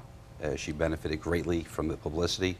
Right when she signed, we had a very large party honoring one of our movies, and we invited everyone from all over the world, all the press and everyone. And even though the party was honoring this movie, Kylie and some of the other girls who were under contract with us, were under this agreement with us, benefited greatly by it. Her picture was all over the magazines in this country. So why didn't you use her? What happened was, roughly about a month after the contract was signed, we had a trade show. And at that point, our company took a change of direction, and they put a new person in charge of production. And he's no longer there, by the way, but he was going off in a different step. We would have liked to use Kylie, but Kylie had obligations to dance and what have you. Just a minute. About a month afterwards, you had a change of direction. What does Right. that mean? Explain that to me. We had a change of personnel. We hired a fellow named Ed Powers, who was very big in this industry, to do our productions. And Ed was going to take the company in basically a little bit different direction. Okay. However, Why? You keep saying that. What kind of different direction? well, at the time we were doing a lot of features that were meant for Playboy and Spice Channel. Ed wanted to do stuff that was more reality-based type features, but we still would utilize Kylie if the conditions were correct. Kylie was. What conditions? If she was available, if it was there to be had. When I say if it was there to be had, no, if we lost communication for a period of a couple months, and it's not our job to hunt people down if they don't communicate. You know, if they're not there on us. Well, do you have a phone number for her? Yes. Did you call her and say you have to come back? We have a film for you to do? Not personally, no. Did anybody that affiliated with you that you know of contact I'm her not within the aware of first that. month, second month, third month? I'm sure there was some correspondence, but I'm not aware. I couldn't give you specific dates. Did you or have times. any correspondence with them a month afterwards, 2 months afterwards, 3 months afterwards? I called Mickey, I called several other people at Sin City Entertainment, trying to see when we were going to shoot a movie, when we were going to do some more projects together. I was anxious. Like Mickey had said, we'd done a lot of promotion. We had been pushing the fact that we were now working together, Sin City and Kylie, Ireland, and we were going to make big projects, and we'd done all this hoopla, and nothing was coming out of it. Later on Judge Judy. Adult film stars are not complete and total bimbos, that a lot of us do treat this very professionally and that it is a business, and although we may be having a lot of fun doing it, take us seriously. Real cases, real people. Judge Judy. Adult movie star Kylie Ireland claims producer Mickey Blank and his production company reneged on a deal to star her in 6 movies. I kept calling and calling. If Mickey is trying to say that he had a hard time reaching me, that is physically impossible because I carry on my person all the time a 800 paging system. So Sin City can call me toll-free. It reaches anywhere in the United States, and it can get me at any time of the day. He also had my current home phone numbers as well as my cell phone numbers, so I was totally reachable. And one other thing I did do, and I still do this for my current company, I'm signed with a different company right now, VCA Pictures, is I make a schedule and I fax it to my employers each month, which lets them know when I'm scheduled to be dancing at this place or doing this bookstore signing. Did you fax that to their company? I have faxed copies of it to Mickey Blank, to Gigi Appleton, and to Mark. We received one calendar that I'm aware of, and you were booked for the entire month. I always send them in groups of 3 to 4, Your Honor. Okay. Well, I was only aware, and I was there at the time. I only received one for 1 month, and you were booked How for the many month. times did you have feature films during this 6-month agreement that you wanted to use her in? Well, good question. Right after that time, I was changed to a different position. So the answer is you don't know. The answer is I don't know. Well, she says that you only, according to her, contacted her once. And that was towards the end of the 6-month period. So she's giving you that. Now, Why didn't you do that film? Because they gave me 1 day's notice, Your Honor. Do you know about that, sir? Yes, I didn't know it was 1 day's notice, but I do know that there was some correspondence, and Kylie expressed that she was upset with the situation. So we kind of said, well, we have work for you. Would you like to do this? Tomorrow.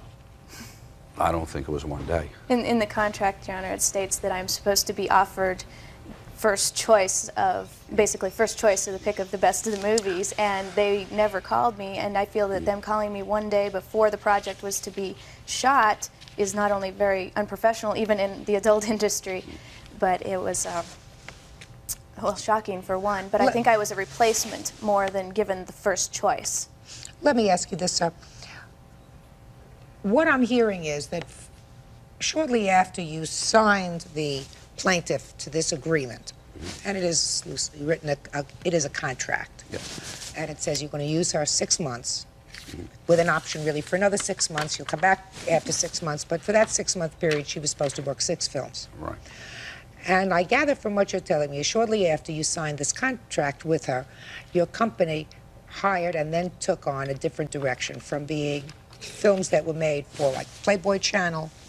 You were going into reality. Do you know what that? I'm not going to go into that. Right. Well, reality-based. This is a family court. Right. Reality. Right. And then that person, for what is no longer with your company. Is that right? That's correct. So that for that 6-month period, am I to assume that Sin City Productions was sort of in a state of flux? Not exactly. When I say we took a different course, we still made features. We still had films we were putting out each month that we could have possibly utilized Kylie in. Well, then why didn't you? What transpired was we lost the communication. Well, but you don't know that, sir. You can't tell me. She sounds like a... Listen, she may be the star of adult films. Sounds to me she's the star of adult films who has a very organized business sense. Yes, she does. Right?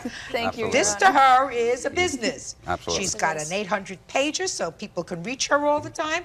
She faxes, and I believe her when she says that. She faxes her schedule to the production company so that you know where she is at all times. So she's not some airhead. Your Honor. Thank you. Judge Judy continues in a moment. We make it sound like Sin City wouldn't have benefited anything from having me under contract, though, and that amuses me. Oh, my movies sell very well, and you guys would have made a lot of money. Real cases, real people. Judge Judy.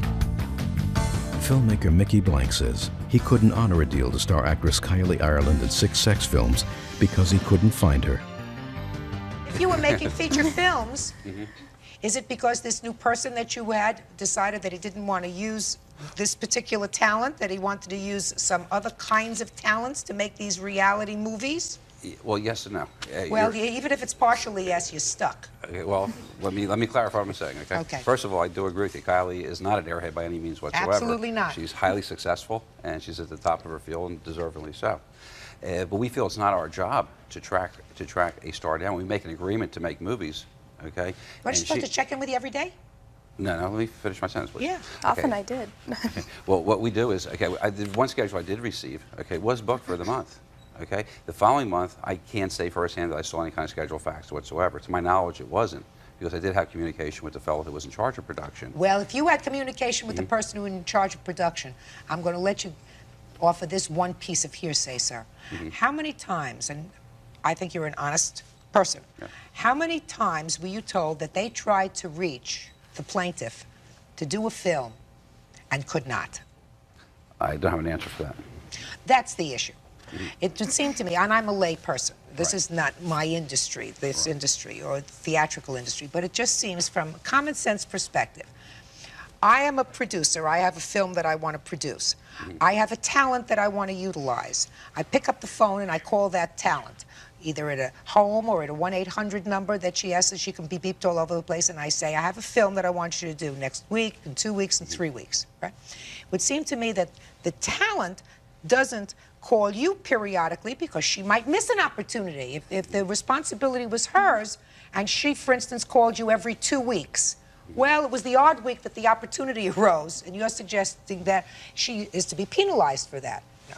It's the person who is producing these films who picks up the phone and says, I got a film, want you to do it, can you do it?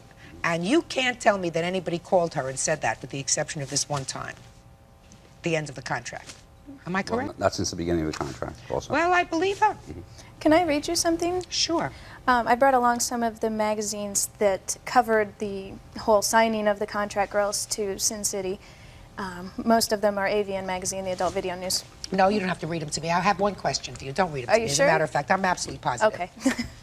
Because they're really not relevant to this contract. I mean, I understand. There's just a quote in there from Mickey Blank that I think you would find quite amusing. Well, what does he say? All right.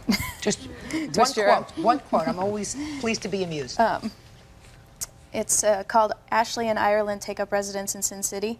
Mickey Blank, the general manager and self-described honcho of Sin City, couldn't be happier. In a move which he calls both fortuitous and a reflection of our new, more upscale image, the company has signed super starlets Caitlin Ashley and Kylie Ireland to exclusive one-year contracts. We're very fortunate to have two of today's biggest stars working for us, says Blank. The girls were looking to sign exclusive deals, and we were looking to do the same. The timing was just right for everyone. So why do you think you weren't called? Your Honor, I really have no idea. That's why I'm standing here today. Was the other gal who signed this kind of contract used during that 6-month period? Neither of the other two girls were used, and one of the girls did take the case to court, and right as she says, as she was walking out the door, Sin City called her up and called her to the offices to go make a deal. The other girl just blew it off, which is what many girls in our industry do, which is very upsetting to me, and which is why I'm actually taking the steps to stand up for the little people, I guess you could say. Judge Judy continues in a moment. Mr. Blank, I understand that what happened to you was a change in company direction. Whether you had control over that direction, I'm not sure, but it's your company, so you're the one who's got the deep pockets.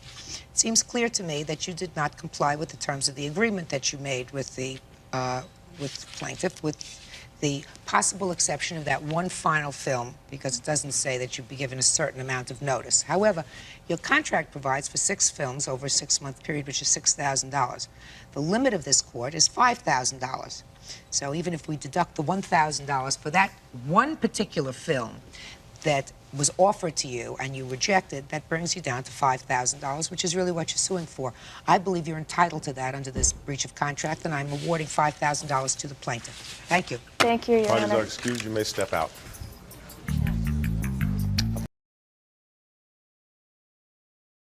Sữa Morinaka của số 1 dành cho trẻ sơ sinh có những cái ưu điểm gì thì chúng ta biết được cái loại sữa này.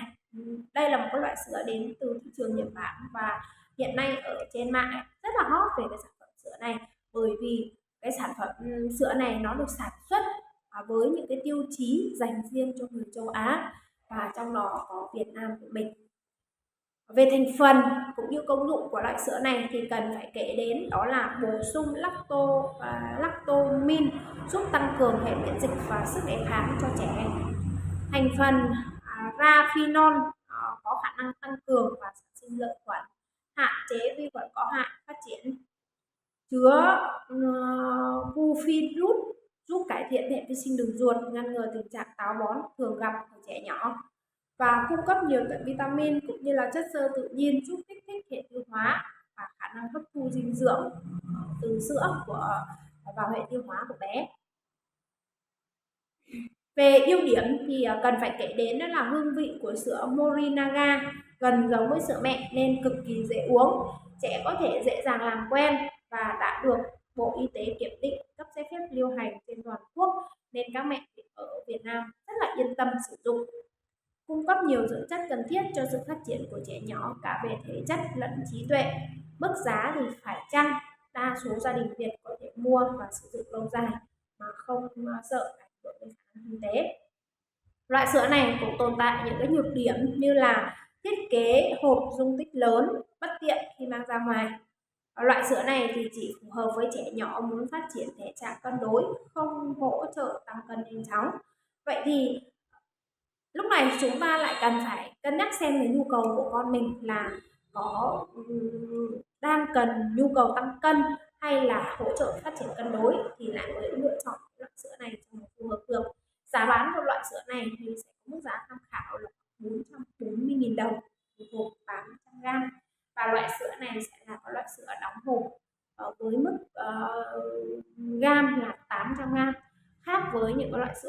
thường thì sẽ chia làm 2 số hộp, một hộp 400 và một 900, nhưng loại sữa này chỉ có duy nhất một hộp thôi, 800g. Vậy thì với cái nhu cầu phát triển thiên về phát triển cân đối cả thể chất và trí tuệ mà không chú trọng vào tăng cân thì lúc này nó lại chỉ phù hợp với những bé mới